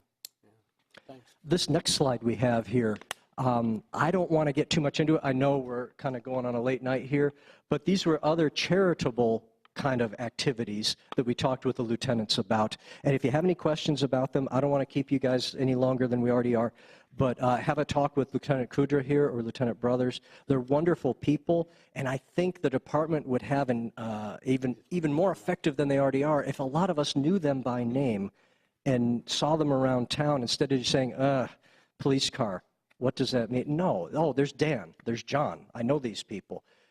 Thank you for being on our committee because I don't have a lot of interaction with the police, but it's been a pleasure. So could people talk with you about some of this stuff if they want? All right, you heard him. Have a chat with them. Now, I think I'm done here. Do I turn it over to you, Susan, to close this? Okay. I think Canton do coffee with a cop? I would love to have coffee with any of the think they do. officers. Actually, I'd probably buy them the coffee. They're very simple to set up. I mean, we do them for us as officials, so I know they're easy to set up. The other thing that we're doing too, Lieutenant Kudra, we are going to probably within the next couple weeks have a mini, what do they call it? Mini library. What's it called? A lending library in front of the police station. Free library, right?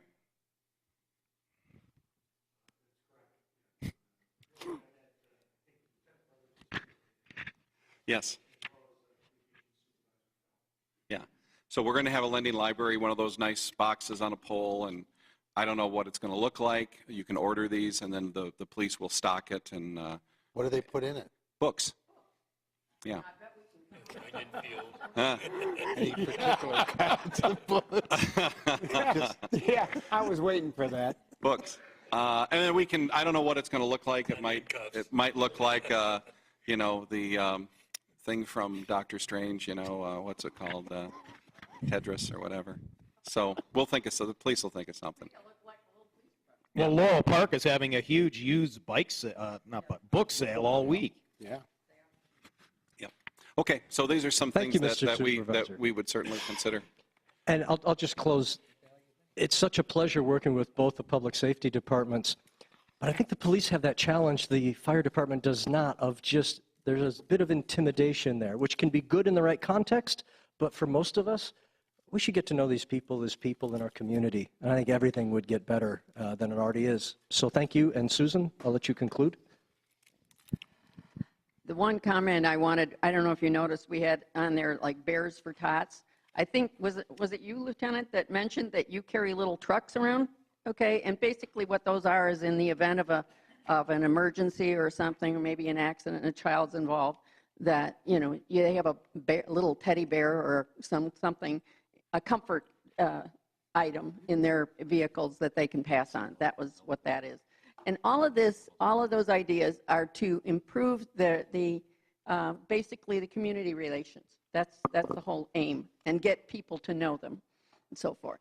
Okay, we're going to move on to our final recommendation for the fire department. And one of the things that we mentioned, of course, was purchasing a ladder truck as one of our replacement engines to take care of essentially the older trucks, and so that we could actually accommodate the tall buildings that do exist and are being built in the Plymouth Township. Thankfully, that's on order, and so that was a great, success. The other thing that we would like is to continually evaluate having our township paramedics transport. We talked about this extensively. We talked about it with the chief. We talked about it with different firefighters. And we came up with a lot of reasons that support transporting. So without even getting into the costs, but I will mention a little bit about that. But essentially, one of the things when our firefighters transport, or when any of the paramedics pick up a patient, essentially they develop a rapport with that patient. So when you stop that to transfer them to another agency, essentially you break that rapport. So that's one thing. Transporting eliminates the need for patients to repeat medical information.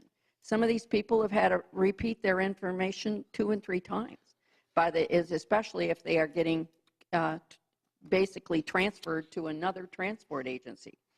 Transporting ensures uninterrupted care to our Plymouth Township residents, so that they do not have to basically be removed from one vehicle into another. Not transporting, by the way, one of the major reasons for not allowing them to transport was that we didn't want to take our resources out of the community. That was been the reason. But really, not transporting may actually tie up our emergency personnel as much, if not more so, than actually allowing them to simply transport. Most of your transports go to St. Mary's. Over 60% of them go to St. Mary's. So possibly they would be better off to transport and then get back to our community. Transporting patients retains, of course, the revenue here in the Plymouth community.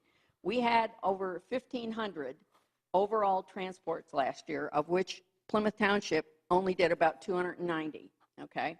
Of those 290, 85% went to St. Mary's, and another smaller percentage went to St.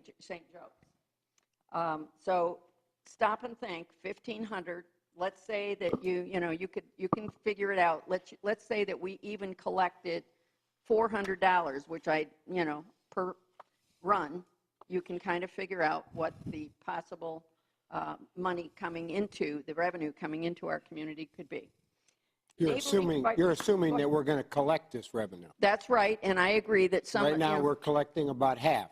Is that what it is, Chief? I would assume. Yeah, I would assume I think you're pretty saying close. we're collecting about half, but we're collecting half of 200.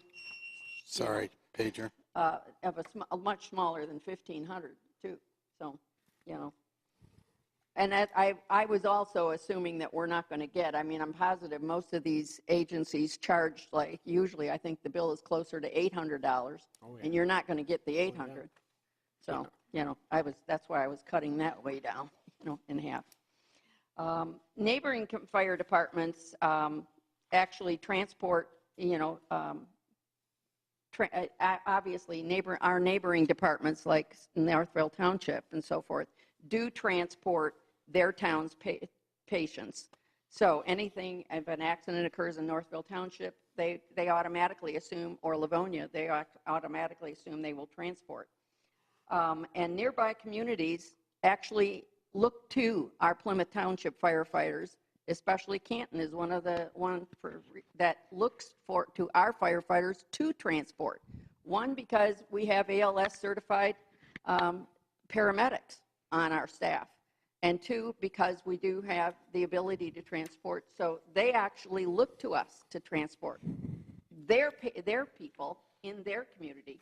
Why in the world would we not do the same for our own people in our community who are paying for this service? This is confusing to me. This is confusing to me. What is Canton Township's transport now? Is it all their fire department? 100%? Canton Township? Because you just mentioned Canton Township. Right. They like Plymouth Township to You said that they like Plymouth Township to transport Canton Township people. So explain the background, please. When they have an emergency, often when they have emergencies in Canton, and they ask for mutual aid, they will not ask us for fire support. Instead, they will ask us for emergency ALS paramedic support prior, more so. They want to use our people for that purpose rather than to fight fires. They'll ask for mutual aid for fires from other communities. Obviously, it would depend on the size of the fire. So how does Canton transport to the hospital? Do they? I would assume that they transport some of theirs. You'd have to, the fire chief can. They have a hybrid example like ours, where some are Huron Valley and some are. Canton does all their own transporting. What Susan is referring to is Canton Township to their west is Superior Township, which is not a paramedic department, and to their south is Van Buren, which is also not paramedics. The only place that they have to look for paramedics to respond for mutual aid is Plymouth Township. Now I understand. Okay. To the east is Wayne Westland, and they're too busy to provide them with mutual aid. So they call Plymouth Township because we have trained paramedics to come in when they need additional assistance through the use of mutual aid. All right. Okay, does that clarify it? Essentially? Yes. Okay. Of course, that's another whole topic. But essentially, one of the final things is really, our citizens are paying for, through their property taxes, are paying and supporting our firefighters. And from personal experience, which essentially when you call on 911 for emergency and you have, the firefighters come, and especially you're so happy to see your township firefighters and you look for them to transport you, essentially, it's the right thing to do for our citizens. So please consider these things when you're evaluating whether or not we actually will transport in the future. And thanks for listening. Okay. Thank you. Thank you very much, all of you, for your time and effort put into this. We really do appreciate it. And it's Well, we're really looking forward to the new fire engine, and we'd love to do a video so that we can share it with the rest of the township. So. Sounds great. Thank you. Okay, let's move on to item F5. This is the legal opinion regarding the GFL recycling fee request. A little bit of background on this. We've had this discussion now in the last couple meetings. GFL has made a request of all of their customers in western Wayne County and even beyond. I got a call from a township clerk in Macomb County where they've also received the same request for an additional fee of roughly $2 a month per household for the continued use of the recycling services, which would be the large green bin that we put recycled materials into. GFL comes and collects those cans with that automated trash truck and brings it to a recycling facility located in the community of New Boston, Michigan. They have a contract with that company, which then is supposed to use that recycled material in various products. As we've described in the past, there's a worldwide downturn in the demand for recycled products, especially plastic, cardboard, paper. Those are the big ones, but it ebbs and flows with modern economic conditions, but right now we are in a kind of a historic low for the need for recycled materials. So what we've done is we've been talking to some of our neighboring communities. The Conference of Western Wayne has put together a committee that's continuing to study this issue, but we've also asked our township attorney, Kevin Bennett, to review the contract with GFL.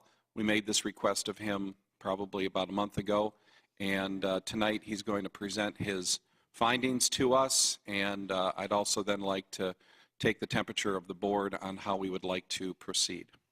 So Kevin, the floor is yours. GFL has approached the township about entering into an addendum to the existing contract for trash haul and recyclables. Their proposal is that the township agree to pay, in their proposal, an unstated amount per month for recycling containers. Obviously, if the board does agree to that, that amount would be specified. And then they're proposing that if the market conditions for recyclables change to the extent that GFL's net recovery for recyclables delivered to a recycling center is positive for 6 consecutive months, then they will revisit the issue about reducing the increase for recycling fees. So I did look at the contract to see what the parties' obligations are under the contract.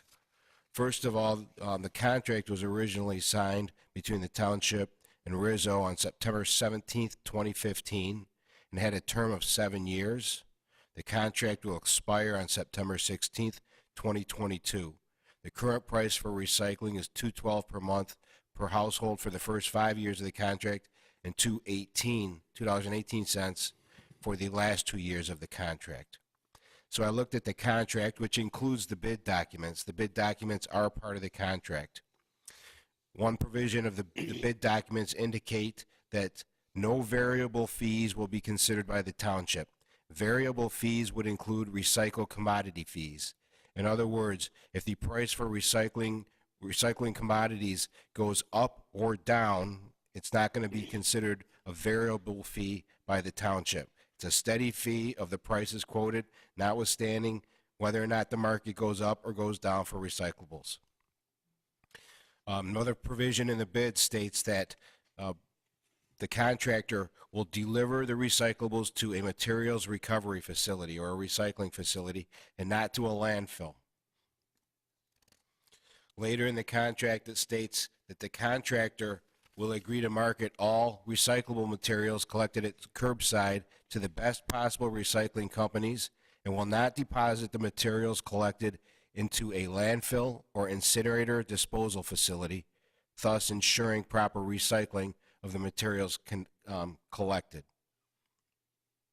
Finally, Section 3 of the contract provides that all collection and disposal activities shall conform with all applicable laws, including township ordinances. What the Township Solid Waste Disposal Ordinance provides, Section 1.1, states that it shall be unlawful for any solid waste hauler to transport recyclable materials to a licensed disposal area other than a facility for their processing. In other words, it's a violation of the Township's ordinance for the contractor to take recycling materials to a landfill or incinerator. So under the contract that we have, it looks like the obligations that the contractor has are what they agreed to do originally, which is to collect recyclables at a specific price and to deposit those recyclables at a recycling facility and not a landfill.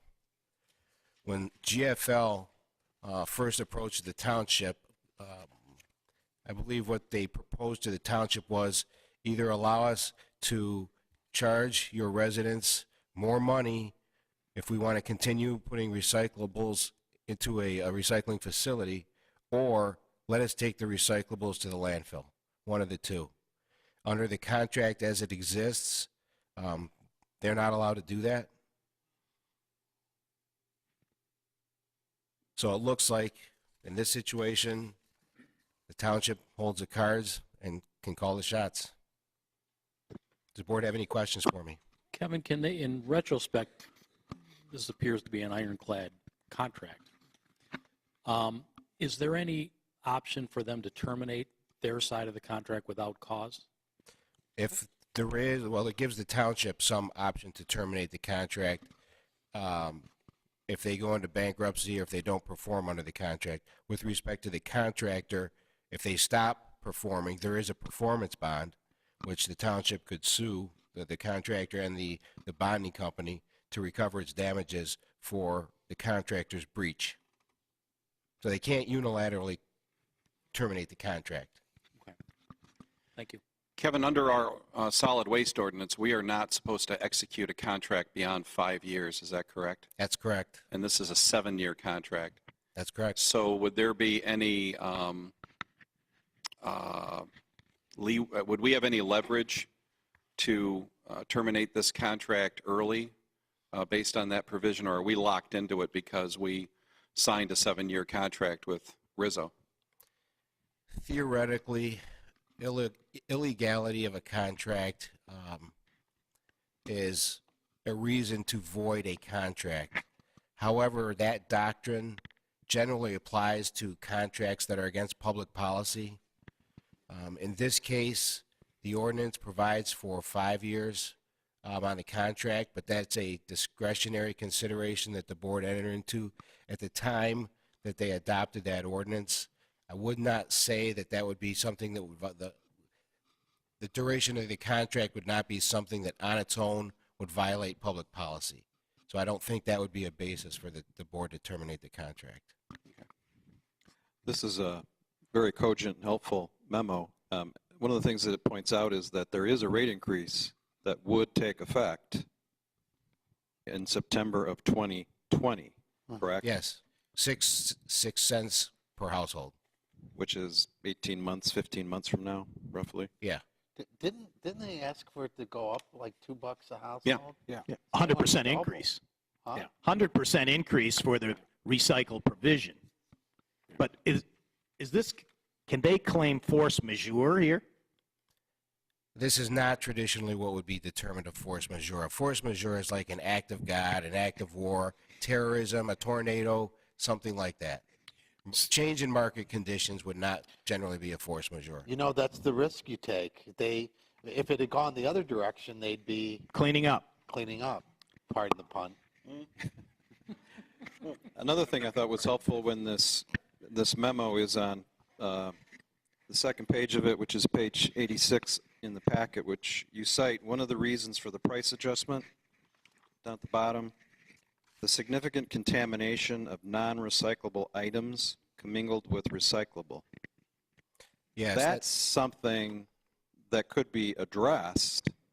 As I frankly submit, there's a lot of ignorance on the part of some of us in the township as to what exactly we're supposed to do and what should be recycled and what shouldn't. I think if we renewed some kind of educational thing with GFL's assistance, that might alleviate some of the issue here. It wouldn't cure the problem necessarily, but certainly could help some of the economics from their standpoint, because we should be doing our part of only putting recyclables in the container. And if I'm putting garbage in, that's a no-no for me. I should not do that, and I should properly clean or whatever what I do put in there. I think that's something we could address. And Jack, the upcoming next agenda item, the solid waste budget, we do have a $5,000 allocation for public education. We are working on a flyer that would be a very colorful, glossy flyer that people could put on their refrigerator, and that flyer would be coming out as early May, and it would advertise, again, the do's and don'ts of recycling, and it will also advertise our Household Hazardous Waste Day, which will be May 14th, May 11th. Kevin, May 11th. Kevin, to Jack's point, by us not properly putting the right amount of stuff in there, could they use that as an out? Or my famous theory of impossibility? Theoretically, but you're dealing with a lot of gray area here. There's no data. No one's provided any It needs to be data. made clear that GFL put that in one of the whereas provisions in their proposed addendum without stating a basis for making that allegation. I don't think there's any. It seems to me that GFL put that in there as an additional justification for their increased costs in transporting recyclable materials to recycling facilities as opposed to a landfill. If this is the first time this has come up, the timing seems a little suspect to make that allegation. Back before we had these big containers, right, when we had the red containers that you put out. Orange. Orange, thank you. The big orange containers. If you had something in that container that wasn't recyclable, they left it in the container. Yeah, it was a different company. But they've chosen, I'm not feeling overly sorry for these folks, they've chosen to automate the process up front, reduce human interaction, cut their costs on the front end. It's costing them more on the back end, I get that. But they could go back to a system where they go through the orange containers and pull out the stuff that isn't recyclable. I mean, it'll cost them more in the upfront. But that type of recycling, what they do right now is known as single stream recycling, which is they pick everything up, they send it to the facility, and the facility sorts it. That is the most economically, it's not the, believe me, I'm not a fan of it, but it is the most economically efficient way of doing it. The old way of doing it literally involved the garbage hauling individual taking your bin, doing the sorting at your curb, and then leaving the bad stuff behind. That just you'd have people out there all night long doing this service. It's just not economically feasible anymore, and and we could have a huge debate on whether or not recycling in general is still cost effective nowadays. There are numerous articles out there which say that recycling is soon to be a thing of the past just because of economic conditions, but we're not going to have that big debate tonight. So I have a couple This is one corporation, right? It's not subsidiaries that could. Oh, sorry. Yeah. You're talking about GFL? Yeah. Yeah, I hate to interrupt. There is Huron Township, I believe, is paying the extra $2, but I think they have Republic or one of the other waste haulers. So this is not unique to GFL. It's just that they are the big dog in Western Wayne County. I guess, let me rephrase my question. GFL Inc. is one parent. It's not a parent corporation with a bunch of subsidiaries they could just fold up. The right? the township's contract is with GFL Inc. Yes. Yeah. Just double checking. They are a Toronto-based company, and I think at this point they're now the second largest waste hauler in North America. Yeah. So if we don't agree to participate, I mean, we're not going to put them out of business. No. Yeah. They're just going to have a few bad years. So I have a couple of observations. When you're done. Yeah. First of all, I think recycling is a good idea. I think we have a good contract. This analysis says so also, or reconfirms that. I want to work with GFL to purify the stream. So through education and getting our users to be more diligent is a great idea. Another thing is with recycling, steel and aluminum have well-developed recycling. There's no issues with that. An employee of a major big box store told me last week that they were being trained to be careful, and they're bundling all of their cardboard, and they're receiving $1,200 a bundle. So the management is making sure they're doing it right at the big box store. So I don't know what the truth is. I don't know whether this employee knew what they were talking about. Sometimes people have misinformation, but we need to keep up on it. And the market, for example, with plastic, natural gas prices are plunging again, and that means virgin plastic is going to be very cheap for the foreseeable future. So plastic is going to be a major issue. And by us holding them to the contract, it forces a natural economic check on this company, GFL, to search for a better way or better markets or whatever it takes. I can tell you in most companies, or here in the auto industry, if you sign a bad contract, the OEM does not bail you out. In fact, they'll let you go bankrupt, which probably is not a good thing either, but we need to work with them. As a customer, a good customer, we should work with them and not put undue costs into their system. So I say let's do it, but I don't want to give them $2.18. I want to hold them to the contract. So $2 a month doesn't sound like a lot, except times 9,000 households is $18,000 a month, times 2.5 years, a significant amount of money. Never thought of it that way. Yeah. It's hundreds of thousands of dollars, 400. But if, like you say, and I've heard the same thing about the cardboard, but it's the contamination that goes with the cardboard for the tape, the glue, and everything else, and the Amazon boxes are the absolute worst possible things, right? Well, maybe we should start working that. We have Amazon here as a neighbor to us. That's right. We got to start. So there's a lot of things that we can do, which mean jawboning. We don't have any leverage other than appealing to doing the right thing. Sure. Great idea. And with Conference of Western Wayne, everybody's in the same predicament. Maybe we can have a coordinated effort to work on purifying the stream. Is anybody in such a, I don't want to say good shape as we are for contracts? Are any of these other cities, municipalities in that same, do they have the nice ability we do to say, well, you got 3 years? Well, I don't know what the other communities have in terms of contract length. Some of them may be, I think, Rizzo pretty much rolled through Western Wayne County in the 2014, 15, 16 timeframe, and they got all the contracts. Yeah. I don't know if they were all 7-year deals, but I know that this is not unique to GFL, the new GFL. Okay.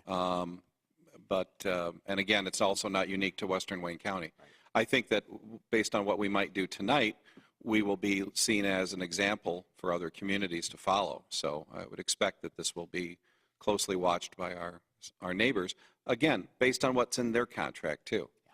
We don't know. I mean, we haven't gone through a line by line of their agreements. So any comments or questions from the public? Very good. Alice, get your pencil ready here. I move that the Board of Trustees direct the Township Attorney to communicate to GFL our intention to continue residential curbside recycling without additional fee pursuant to our 2015-2022 waste hauling contract with GFL and consistent with the Township Attorney's opinion memo of April 3rd, 2019. Second. Motion's been made by Heisey, supported by the clerk. Any comments, questions? Bob, you okay with this? Okay. And then Kevin, any letter that you write would be on your signature, your letterhead, because it pertains to a current contract. Obviously, I'd like to look it over before you send it out, but I think we're on the same page here. Yes. All right, roll call vote, please. Supervisor Heisey? Yes. Treasurer Clinton? Yes. Trustee Kermy? Yes. Trustee Dorshevitz? Yes. Clerk Borba, yes. Trustee Dempsey? Yes. Trustee Heitman? Yes. Motion carries. Okay, thank you.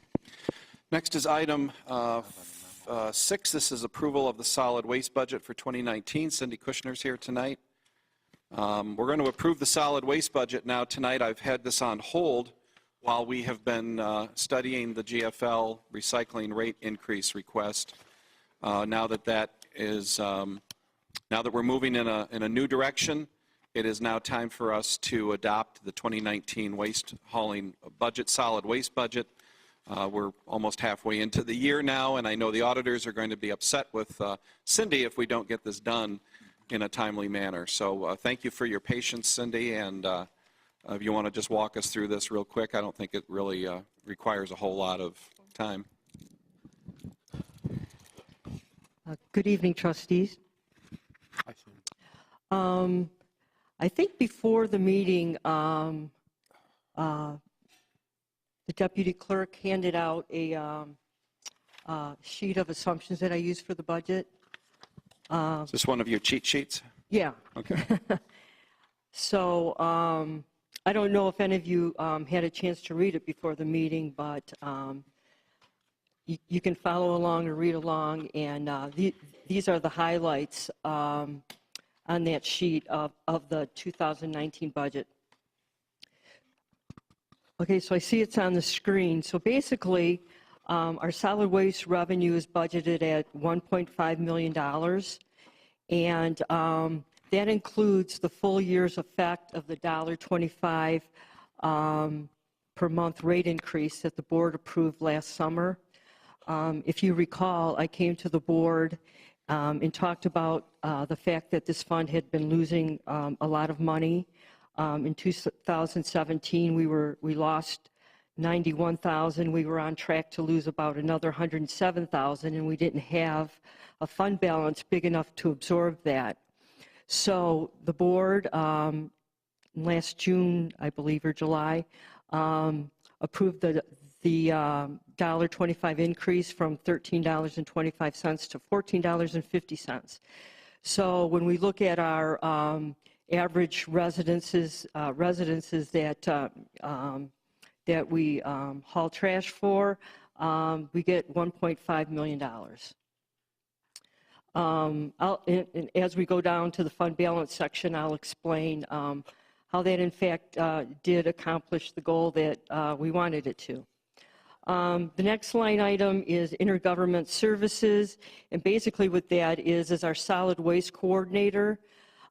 She does work for the block grant, parks, and stormwater, so we allocate a percentage of her salary and fringes to those three departments, and therefore it's revenue to this specific fund. In terms of clerical pension and Social Security, I increased those by 2.5% because since I did the first or second rendition of this budget, the contract has been approved. The biggest expense is, of course, the solid waste disposal expense, which is our expense to GFL. It assumes no rate increase because there is none per the contract, as you just heard, and it does not include the addition of the $2.07 recycling fee. It is not included in the budget. Generally, we have a little emergency contingency of about $7,000 in the budget, mostly due to wind and storm damage. Household hazardous waste day, we're budgeting at $39,000. That rate has increased from the vendor 3% or $1.50 in a car. And then we are estimating more cars this year. Last year we had a really bad weather day, or could be that a lot more people are carpooling. But it was a lot lower number than usual.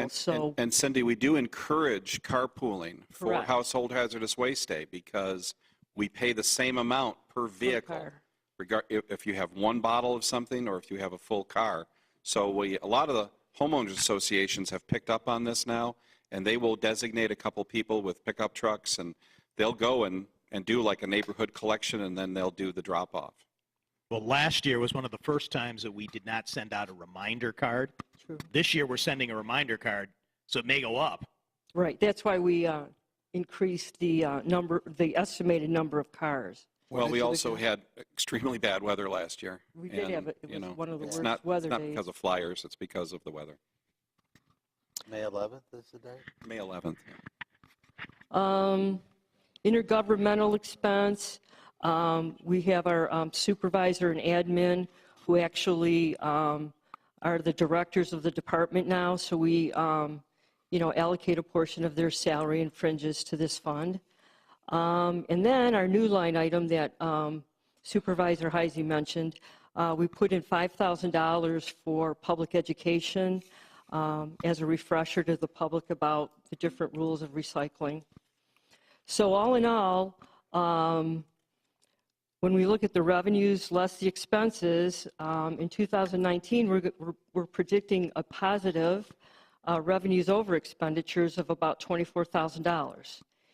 And if you look at those last lines on the bottom, the second column to the right after the words, this 2017 activity, you see we had a $91,000 loss in 2017 with only almost $102,000 fund balance.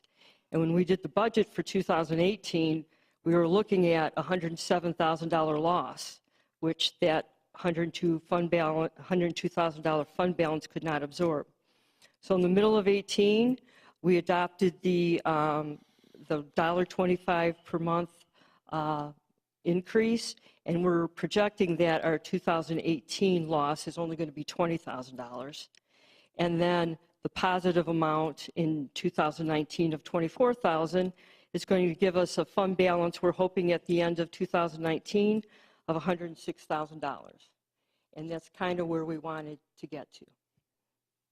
And the ending fund balance at year-end 2016 was what number? 101,946. No, 2016. Oh, 16, 193,000. That's 16. The 16 is the very first column. And going in, it was over $500,000? Yes. That year? Yeah. That was the year that we gave a Holiday. for no payment for 2 months, I think. Elections. Free. Free trash. Election bonus, and then also in, I believe it was in 15 or 16 is when we had a storm and Rizzo got paid beaucoup bucks for doing work that I've never seen a trash hauler do before. But I never saw any work done. maybe we could ask Chuck Rizzo. I think we know where he lives now. So any other questions? Any other questions, comments? Smart comments? Okay, anything from the public on this? Any questions from the public? All righty, I'm looking for a motion on the budget. Mr. Supervisor. Mr. Clerk. I move to approve the fiscal year 2019 Charter Township of Plymouth Solid Waste Fund Budget Resolution 2019-04-09-42. Motion's been made by Clerk Vorva. Is there a second? Second by Trustee Heitman. Mr. Clerk, please take the roll. Clerk Vorva, yes. Trustee Kermy. Yes. Treasurer Clinton. Yes. Trustee Heitman. Yes. Trustee Dorshevitz. Yes. Trustee Dempsey. Yes. Supervisor Heiser. Yes. Motion carries. Thank you. Next up is, thank you, Cindy. She's already Do gone. you want the PowerPoint or the PDF? She's out of here. PDF. Yeah. Next, Dave Richmond, and an update on the sidewalk programs for this year. Thank you, Mr. Supervisor. What I want to do is give an update and get some kind of guidance on the sidewalk program. I got two different parts of the sidewalk program I want to talk about. First, I want to talk about the GAP initiative that we've been working on. Bob, if you can. So. Sorry. Bob, can you do full screen on that? That's what I've been trying to figure out. How do I do that? Yeah. Fit with? Hey, that's good. Dang it. You're like an IT I'm guy. in a consulting team. So with the GAP program, it kind of got started this year with and I apologize for the spelling up there, is Wayne County Initiative money that was left over, $245,000, and then the township has put in some additional money, so we were up to $300,000 to try to fill in some gaps. Our initial assessment, we were looking at Ann Arbor Road, Ann Arbor Trail, North Territorial, and kind of started to more or less focus in on trying to get a little bit more connectivity to the township park. So once we did that, what we identified was areas along Ann Arbor Trail. If you go to the next one for me. So we identified gaps along Ann Arbor Trail, getting to the park. And what we did is we sent out letters to the residents. In a lot of these cases, we didn't have right-of-way. We don't have right-of-way for these sidewalks. So we sent out letters to residents asking for a donation to donate an easement for the sidewalk. We haven't had the best results, and mostly the biggest concern in a lot of cases from residents was maintenance, liability, that aspect of it. I did have 2 people that would consider an easement along, right now anyways, that would consider an easement along Ann Arbor Trail. So with that said, we haven't, like I said, we haven't had the best of luck working along Ann Arbor Trail right now, or any, for that fact, even North Territorial. I'm still waiting to hear back from people on North Territorial. In the idea of liability, at one time I thought if the township built the sidewalk, we took the liability in the past. But that my memory may be wrong. I'm not sure. I had one resident that said when I went and met with them, they were willing to grant an easement, and they called me back a couple days later, and they talked to both their attorney and their insurance agent and said they were not going to grant an easement after conferring with them. Kevin, you want to just quickly update us on that? Sure. What the Governmental Immunity Act says with respect to sidewalk liability is that the municipality has the duty to maintain sidewalks that are adjacent to county roads. So a sidewalk is adjacent to a county road, the township has the duty to maintain it. Really? However, devil's always in the details. There's been a recent change in that act. First of all, there was something that was commonly called the 2-inch rule that meant that if a defect or discontinuity was less than 2 inches, it was presumed that the government maintained the sidewalk in a safe, or there was a presumption that the government maintained the sidewalk in a safe condition. It was only a presumption, and it could be rebutted. The new amendment provides that any defense that's available to common law premises liability cases is now available to sidewalk defect cases also. What that means is that the common law doctrine of open and obvious is available to municipalities for sidewalk defect cases now. Open and obvious doctrine states that if a danger is open and obvious if a person of reasonable safety would have discovered the defect upon casual inspection. So if there's a big hole in the sidewalk and it's more than 2 inches and a reasonable person would have seen that upon casual inspection, which is taking a glance down, then that is a defense to sidewalk liability. But if the township is responsible for maintaining sidewalks that are adjacent to county roads, almost all of our roads are county roads. And in townships, that's exactly right. So the new law, or it could be state trunk line highways also. Yeah. So basically, under the new law in Michigan, it's a lot harder to sue, to successfully prevail in a lawsuit against a community. Absolutely.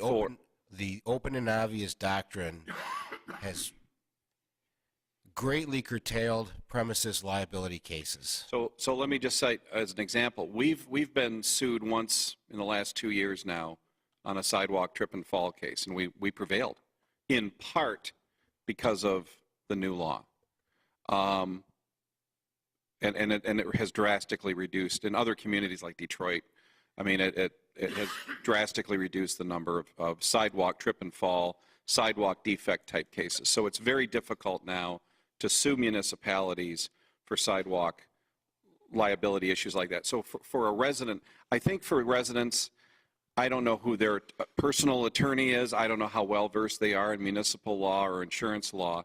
But the other issue that some of the residents raise, which is more of a convenience issue, is snow removal, things like that. And that is in our ordinance. You are supposed to remove snow from your sidewalk after 24 hours after the snow event. And some people, obviously, that's an inconvenience for people who have never had to do it before. So anyway, I mean, so I see Dave is kind of nodding his head. I mean, those are some of the other issues that people have encountered. But I don't think sidewalk liability or insurance issues should be a concern for residents. I'd like to move just back to the map. I don't know what do all the colors mean here. So what is green? So green is where we have existing walks already. Existing. Yep, those are existing walks. What's purple? That purple right there, that is somebody that has suggested that they would grant an easement. Okay. What's the gray here, or blue? Those right there is, I have not heard back from the residents. We still need easement. Red is no? Red is, they've said no. Okay. All right. Well, so just let's stop on the south side, if I understand the color scheme. Other than the portion on McClumpha where it meets Ann Arbor Trail, that could be a continuous sidewalk? Well, I just, late this afternoon, after I had printed everything up, I got a phone call from the property adjacent to that one there at McClumpha. It's a vacant piece, and they will not grant an easement. So the trick is that not necessarily to populate both sides, but that there's a pathway. A logical pathway. A logical That's right. pathway. Could we accomplish that? Because it doesn't make sense to fill it in one space and not and then have a non-contiguous sidewalk. But eventually, people will pass ownership on. But you have to get on with it. You know, It's true. It's true. I will say this, one of the people on the north side that had said no to an easement was actually one of the historical houses we were looking at. Really? And it sits so close to the road that the sidewalk would be going almost through their front door. yard, you know. Yeah. We better repeal that ordinance. So that just that makes it kind of difficult. There's probably some ways we can work around it, but it would be very difficult in that. So in that case, in some situations, maybe the south side is better to try to work. We can always put what they call a hawk signal for crossing, where people can come up, push the button. There's one right now that I know of in this area that's on Cherry Hill there in Canton Township. They have a hawk signal there. So it flashes? It flashes, and it's a warning for cars to stop so people can cross. So it's a flashing green. No, it'll flash, so like What color? only a pedestrian has the right of way to cross. You have to activate it, though, right? You have to activate it. You walk up and activate it. That would be down here at McClumpha, or what? I don't know if it'd necessarily be McClumpha, just because we're having a hard time getting an easement from that person there at the corner of McClumpha and Ann Arbor Trail. It may have to be slid up just a little bit further to the east, to the northeast. Glenview. To the northeast. Glenview is the street right there. Like here? That's Glenview here? No. Where's Glenview? Even where where's you my got pointer? the laser there. pointer at is kind of somewhere in that area. If we could work something out in that area where we could get a continuous on the south side down to that point and have our crossing over there, then to be able to get to the park. Now, the other option, which we've discussed, would be using our eminent domain powers to acquire these in court. So you couldn't do that in the township. Only a city can do that. Oh, no, you're thinking of annexation, I think, but No, I was thinking about, we can condemn property under the Michigan Quick Take statute for a public purpose, and we could condemn. That's a harsh word, but we could use our eminent domain powers to acquire all of these easements. It's very it's politically unpopular. It's very expensive, and we also have some other issues. Where's the cemetery, Dave? No, that's on the other road. Oh, that's the other road. Sorry. So, we've got some issues there with the public that we would, and it would it's going to blow our budget. And, we've promised the county that we would use this money for sidewalks, not for litigation. Well, if you were looking at eminent domain, we wouldn't be able to get these constructed this year. Well, you'd be in court for at least a year. Yeah. The hawk signal, is that what you called it? Yes. Is that something that could be funded under this program, or is that some other funding It could, source? but we'd be using quite a bit of our budget for that. how much do they signal. cost? I believe they're right around, I think they're right around $100,000, or just, they're right in that area. I think we would need permission from the county as well, because That's not a good value, and $100,000, I'd rather spend the money on filling up other gaps and live with having a patchwork for a while, because that's how it was done in the past. We did what we could get, and then when people changed ownership or money, the township had money, we did some other filling in. So you make progress. Is what you're Exactly, making progress. And sometimes having a sidewalk that goes to nowhere does induce the neighbor to say, I want to do this, because from a civic pride or responsibility. Yeah, you don't want to be the one. There is one on 5 Miles still that is a big gap that has a fence to block you. But we've tried for years. Maybe we should try that one again. I don't know. It's the only gap on 5 Mile. Where's it at? It's on the south side of 5 Mile near Lake Point, and there's a split rail fence blocking both sides. Although you could just go right around the split rail fence. I remember that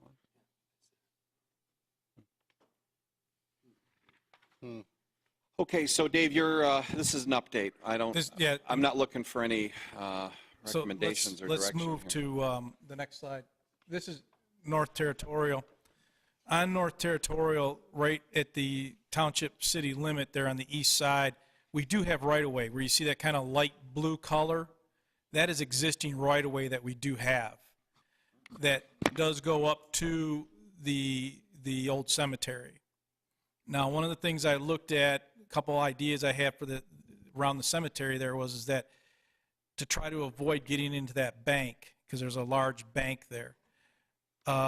There's a couple options. I'm still trying to clarify with Wayne County about using a curb along the road and being able to put the sidewalk closer, as they've done on Beck Road south of Ann Arbor Trail. But I also have gone out there and measured it. And we're pretty close to being able to get that sidewalk in there without getting into the bank, without the curb. It's very tight. It's close. We might be able to make something work there without having to get into that bank. You would have to use a retaining wall? No.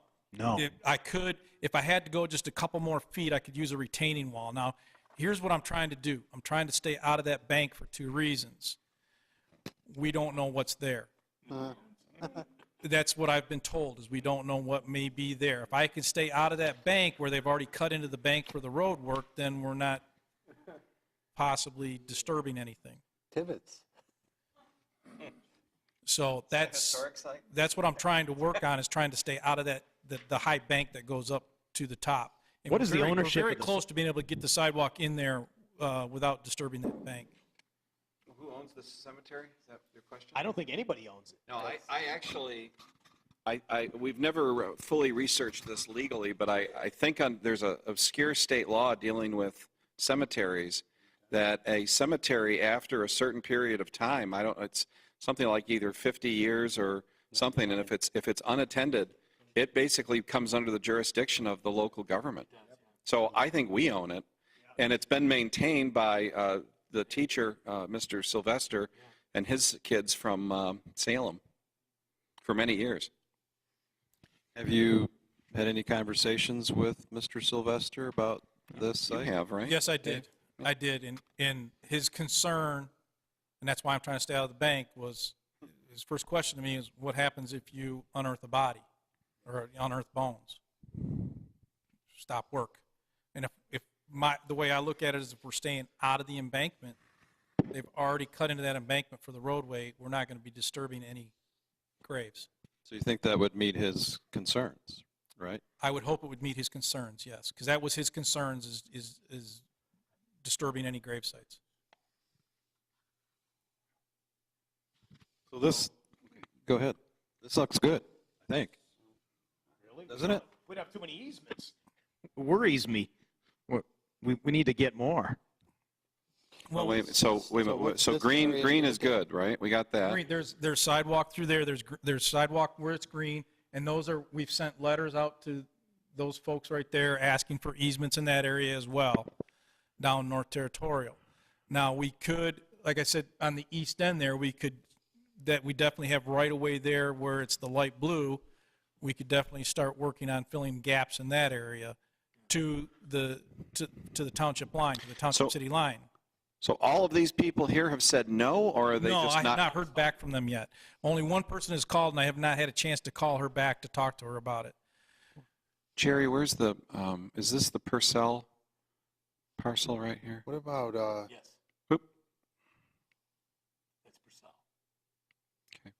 along here?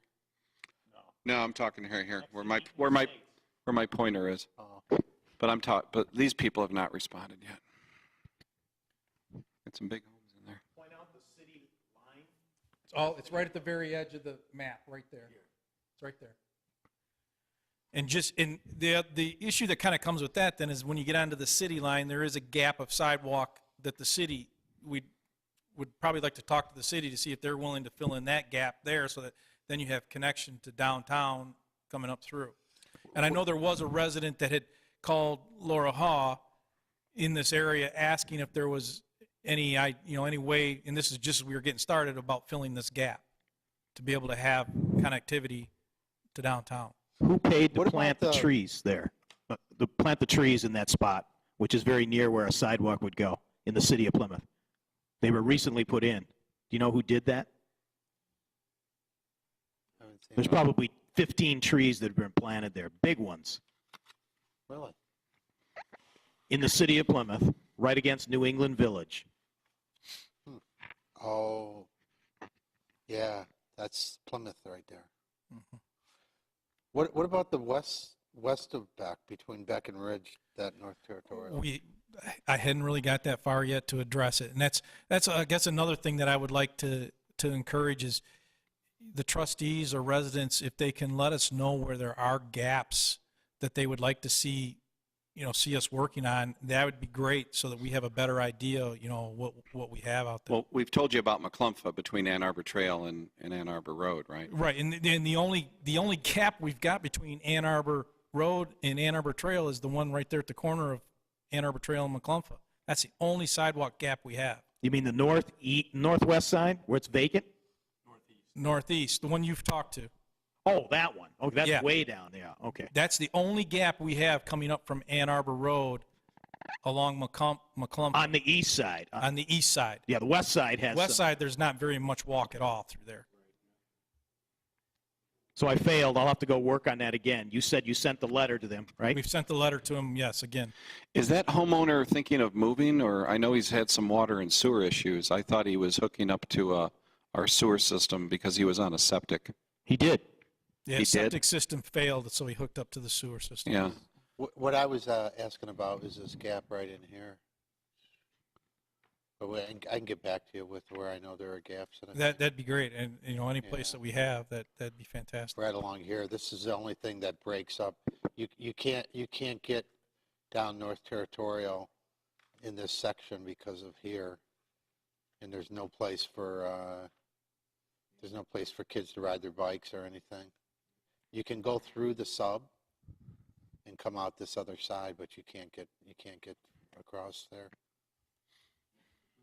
There's no sidewalk on either side. It's unfortunate.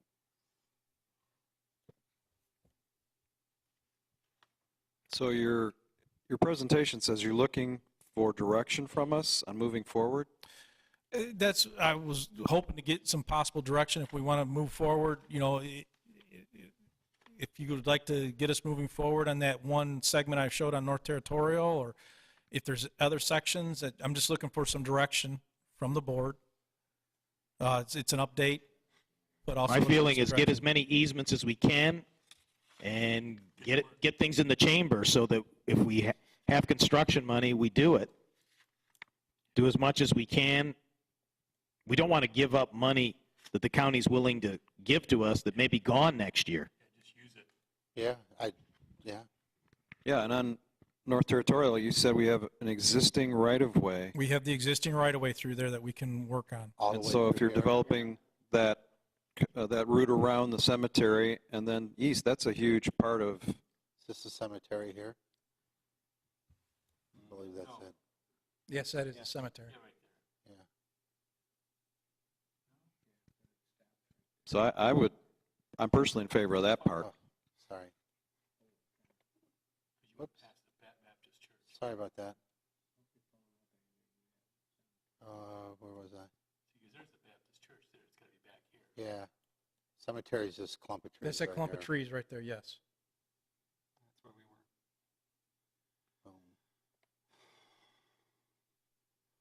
So the bank is what I was. The embankment. What I was going to try was. The embankment sits back about 16, 17, 18 feet back.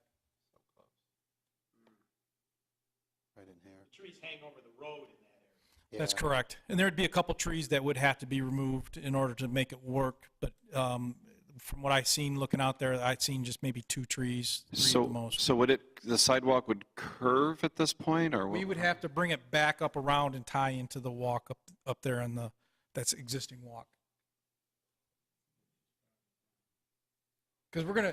Because of what the land is farther to the east, we're going to want to be out a little bit closer to the road anyways because of that pond that's right there.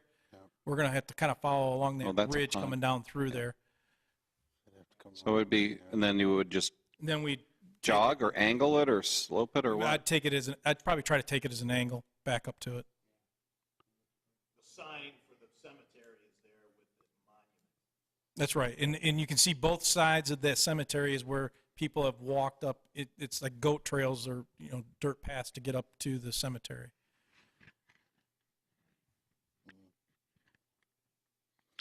Yeah, I would just say do what you can. And what I'll do is, I think if we demonstrate good faith to the county, we can plead with them to allow us to hold on to that money possibly for another season. I mean, I think it's so important, whether it's this or the SAD projects, that we continue to keep things moving so that the county doesn't think that we've abandoned these projects. I mean, they've been pretty decent to work with. And this they've been generous. this section of walk is going to, by the time all is said and done, it's going to use, a portion of what we have allocated right now, probably half of what we have allocated right now. So it could use that up. So if you want, we can want to move on from the gap. I can just kind of give an update on the where we are with the repair program. The township does have a sidewalk repair. It says it's annual repair program, and in that repair program, it does say the homeowner's responsibility to keep sidewalk sections adjacent to their property in good repair. The repair criteria for the township that was set aside in the ordinance is a vertical separation of 1 inch or more between walk sections. That's considered a trip hazard. There would have to be repair done on that. 2 or more cracks that are 1/4 inch in width in any 2 lineal feet of walk section. So if you got excessive cracking, you're going to look at replacing a section of walk. Any section that is tilted more than 1 inch per foot. So in other words, most of the walks are 5 foot. So if you've got a slope of 5 inches from one side to the next, that's a pretty substantial slope. That's considered a repair as well. A 5-foot section of walk with more than 25% scaled off to a 1/4 inch depth. In other words, you've got the concrete that's scaling off and it's down a 1/4 inch. That's also a requirement. And then the concrete is dipped to allow water to pond more than 3/4 inch also is another requirement for repair. So what we have done is the way the sidewalk program works is the homeowners are notified of the needed repairs, and they can then make the repairs themselves. But then the township board may also provide a resolution for the necessity of the repairs, which is what's been done in the past as well. And that's directing the township to replace or repair the sections of walk that the owners do not repair, and then direct the treasurer to assess the cost of repairs against the homeowner. So it's essentially almost like an SAD. So that's how that whole process works. Currently, we have worked, what we looked at this year was just looking more kind of on the east end here of the township. What you see up here is the northeast portion that we've inspected to date is bounded by the red. then we've also inspected Bob, if you want to go to the next. So that's Lake Point? That's mostly Lake Point that we've gone through. And then also down here on the southeast side, down to Joy Road, inspecting those areas. Where's Haggerty Road in that view? Haggerty is the red line.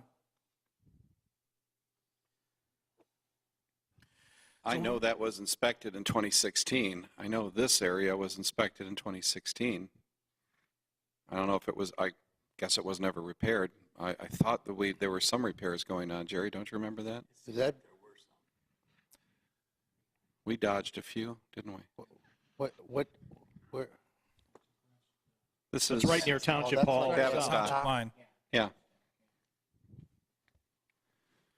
So we've got a spreadsheet with all the repairs noted. I have not gone through that in depth to know exactly what we have out here for repairs. That's something that we're going to be sitting down here in the next week to try to get through all that and get that all taken care of. Now, Patrick Felrath has said that in order to attack this in a timely manner, we're going to have to do a public notice of necessity and a hearing of necessity in May, like very soon. I'm pretty much right. He sent me that package that kind of laid out the dates, and we're pretty much right on schedule for that because before they had done all their inspections and sent everything out in April, and then they had their necessity hearing, I believe, in May, like you said. Because right now we're looking like May 14th, at our May 14th meeting, it is all public hearings on SADs and notices of necessity for Litchfield and General Drive and this and the other one. I need to get those published. Yeah, I mean, that's a lot of work. I'm not saying we can't do it, but I'm just saying for Jerry and others, I mean, that's going to be a lot. And for you guys, it's going to be a lot of paperwork and public notices and all that stuff. What I can do is I can sit down with Patrick at the end of this week, first part of next week, and then get with. And remember, we've got to have almost 3 weeks before it's Right. in the, so whatever the notice is, if it says you got to have 14 days notice for the thing, we got to be back 3 more weeks before that in order to get it published. Okay. Well, so then, Dave, you really need to have it ready for them next week. Yeah, and it's totally possible because, like I said, our spreadsheet is completely done with all the repair or the defects that were found. I just haven't gone through it with a fine-tooth comb yet. How many were there approximately? Just That rough I don't number. know, Bob. I haven't even had a chance to sit down and take a look at it because they just finished it up last week, getting everything together. So if the township is responsible for the sidewalks that are adjacent to county roads, then why does the homeowner have to pay for the sidewalk repairs? Because we provide that as a courtesy. It's a little complicated because the sidewalk really is, and Kevin helped me out on this one, but there is a dichotomy between what the law says and what our ordinances say, because I think our ordinance says that the sidewalk is the homeowner's responsibility, and we provide the sidewalk repair program and replacement program as a courtesy because we have the ability to buy in bulk, and the individual homeowner does not. But I'm going to play devil's advocate. I'm the homeowner, and I say, according to the law, township's responsible for the sidewalk. Why do I have to pay for it to be repaired? What's the answer to that? The answer is that what Michigan case law says with respect to sidewalk liability is that the township has a non-delegable duty to maintain the sidewalks. Notwithstanding that, ordinances that say the township can charge the residents to maintain the sidewalks is valid. So that's the tension between the law. But to make the homeowner, if you look at it this way, the homeowner never gets sued. We get sued because we have the deep pockets, because this is how lawyers operate. So the lawyer is not going to sue the homeowner. They're going to sue us, the township. I understand that, but it's your sidewalk. Why do I have to pay for it? It's your sidewalk. Well, who's me? Technically, Yours, the sidewalks the town- it's a public right of way in the easement. Yeah. I'm just curious. It's an anomaly, and I confronted this in a case I handled once on behalf of another municipality also, where I named the homeowners as non-parties at fault because this municipality's ordinance, like Plymouth Township's ordinance, states that the homeowners or the residents have the obligation to maintain the sidewalk. The plaintiff's attorney and the judge never caught on to the discrepancy there, but there is a published Michigan case that states that notwithstanding the fact that a municipal ordinance states that the homeowners have the responsibility of maintaining the sidewalk, that ordinance cannot supersede, for liability purposes, Michigan statutes, which would be the Governmental Immunity Liability Act, Governmental Tort Liability Act. So although it appears on its face that there's an incongruity there, strictly, technically speaking, there is not one. One deals with liability for injuries, one deals with the financial obligation to maintain the sidewalk. I'm looking forward to this. I made a lot of friends when I sent out the bills for the last go-around. Now, part of that was because it was so old. This will be fresh. You're going to keep this one fresh. Dave, when you say you've inspected this and inventoried it, have you marked the slabs as well? No, they haven't marked it all. We haven't gone out and marked them yet. We can go back and mark them, and that's what we will do. We have it pictures. We have it noted as to what the defect was, and it's all on a spreadsheet with the addresses of where these are at. So you can go back out there and quickly just throw an X down and say this is where it needs to be marked. Did you use a GPS or anything, or you got? Just addresses and just addresses and pictures. Dave, I wanted to ask you, in the future, that's probably not the way to do it. It's better to mark it when they're out there the first time. That's the way we've always done it, so we'd have to go back twice. This way, you got to go back again. You have to go back out there and inspect it anyway. So you're going to go back again? No, when you got to inspect it. I mean, you can go out there and mark it up. So the inspector sees it the first time, marks it with the orange or whatever it is. Sure. And then does his database recording, and you're done until the contractor shows up. So He's going to ascertain whether it meets the criteria or not. I thought that's what the inspector does. The inspector did, but I also want to go back through and double check what they have done to make sure that we. Every flag, you're going to do that? I'm going to go look at the database, and if I see something where I think that it's just cracks, I want to look at it, their picture, and just see if it looks like it needs to be. All right. I urge you to use a sampling technique because it's going to cost us a lot of extra money if you have to go look at I'm not going to flag. spend that much time looking at it, Chuck. I'm going to take. All right. Please be judicious. No, it's.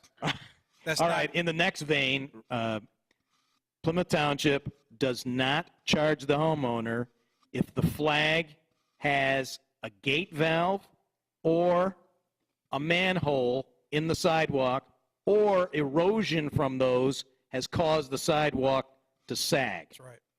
That's how we've avoided a lot of arguments. It's the right way to do things. Let's keep up the precedent. Or if it was damaged by construction work that was done as part of the maintenance of that as well. There's a whole list of criteria in the repairs as to what it is. Good. Speed. Fast. We got a lot to do before the frost comes back again. So these two areas are it for 2019, correct? Correct. Okay, thanks. Okay, any other comments or questions from the board or the public? Any public comments? Susan? I just had one comment, and that is, I think it was on Ann Arbor Trail. Why don't we just focus on one side of the road? We did. Try. That's what I was trying to do, yes. Yeah. That's what I was trying to do, and when that didn't work, then we're starting to look at the other side as well. I failed to get the easement. It's okay, Tom. You're going to try again? Okay. Do you know the person? No. Oh. But I did speak with him, and I'll do it again. Okay. I knew the person, the father, who owned it. And he gave an easement, but it never got done. So now the father's passed away. The ownership now is the children. Yep, makes sense. Okay. All right, we've no other public comment on this item? Okay. All right, so we're going to move on to supervisor and trustee comments. Just a couple things. Next week, Monday at 5 o'clock is the Chamber Showcase and Taste of Plymouth over at the Inn at St. John's. We will have a table there as we did last year, and I'll be there with Sue for the whole event, but if any of the board members want to stop by and help us out, that would be great. We appreciate it, and we usually get a very good public response. It's a great way to interact with the public and have questions answered and things like that. What are we using for a handout? Or? We have a variety of handouts. We're going to have the new township newsletter. We're going to have possibly this recycling flyer, although that's pretty aggressive, I think, by that time. I don't think that'll be ready. Police and fire have a lot of flyers as well, and we have some other goodies. Yeah, we have some older ones that we can still use. You mean the booklet? We might have some of those old booklets that we published. For recycling? Yeah. Yeah. We published booklets. It wasn't that long ago. It was like we had 2016? we had some booklets that from the past, but they were good? more for economic development. Oh. Self-congratulations. Politics. Yeah. We do. Anyway, Friday, Good Friday is coming up on the 19th. We will be closed all day pursuant to our new agreements with the unions.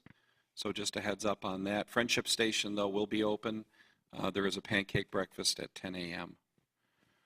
The April 23rd meeting will be very busy, I can assure you. We've got a lot of stuff on the agenda, not so much in volume, but just in-depth items that we're going to have to confront. So I'm just giving you a heads up on that. Okay, I don't have anything else. Bob? Gary? Nothing. Jerry? Nope. Mark? Nope. Jack? Very briefly, the Plymouth Library is hosting a series of programs that relate to a documentary that's coming on PBS called American Creed. And I was given some materials by the library to pass out to you all and also to make available to the public. So there are 3 events. One's a film showing and discussion on April 13th. And then there are 2 panel discussion kind of small group sessions on April 25th and May 11th. So looks very interesting, and it's an attempt to try to develop some kind of unifying messages and commonality among people of different viewpoints, something sorely needed in this day and age. So very interesting. I'll be attending 1 or 2 of those myself, and I just encourage you to take a look at it. This says what every American should know. Are they going to teach about the Constitution? Talk about the That's Constitution? one reason to show up and try to make sure it is. I don't see it on the agenda here. Then it definitely needs something, needs to be incorporated in there, and I'll look forward to seeing you there. Who do I talk to? Well, I think you show up and sign up for these events. I encourage you. Let's go. Talk about the Constitution. The people organizing it should be talking about it. Well, it's PBS. So. Is that who's sponsoring this, PBS? All right. Yes. Okay. Thank you, Jack. Chuck, anything? All right, I have a lot. I went to MTA, and they talked a lot about marijuana there. Everybody was really excited about it. So did Dan. Dan, And especially Dan. one item that came up was that in order to opt out of recreational, and there was massive confusion, there was an attorney there. He said you must have an ordinance, not a resolution. Many of the townships thought a resolution was good enough. We have an ordinance. And then they also said, get that ordinance sent to Lara immediately. I've done that. Done it? Yep, Okay. I've done it. We're in the database and everything. Good. Board of Review statistics, will someone prepare those for a handout for us? How many people, for example, contested their assessment? What was the outcome? That should be pretty simple because I don't expect too many people to have gone there. Tax abatements. Please ensure that anyone who's coming for a tax abatement sends a responsible, knowledgeable individual that knows their business and a little bit about their company. In the past, we've had people show up that really knew nothing. They were, in some cases, an administrative assistant from HR. So we don't want that. Good idea. All right, that's all I have. Oh, there. okay. Very good. Any comments or questions from the public? Hearing none, I need a motion to adjourn. Mr. Supervisor, Mr. Heitman, I move we adjourn at motion's 10. made by trustee Heitman at 10:10 to adjourn. Second. Is there a second? Second by trustee Second. Dempsey. All those in favor signify by saying Aye. aye.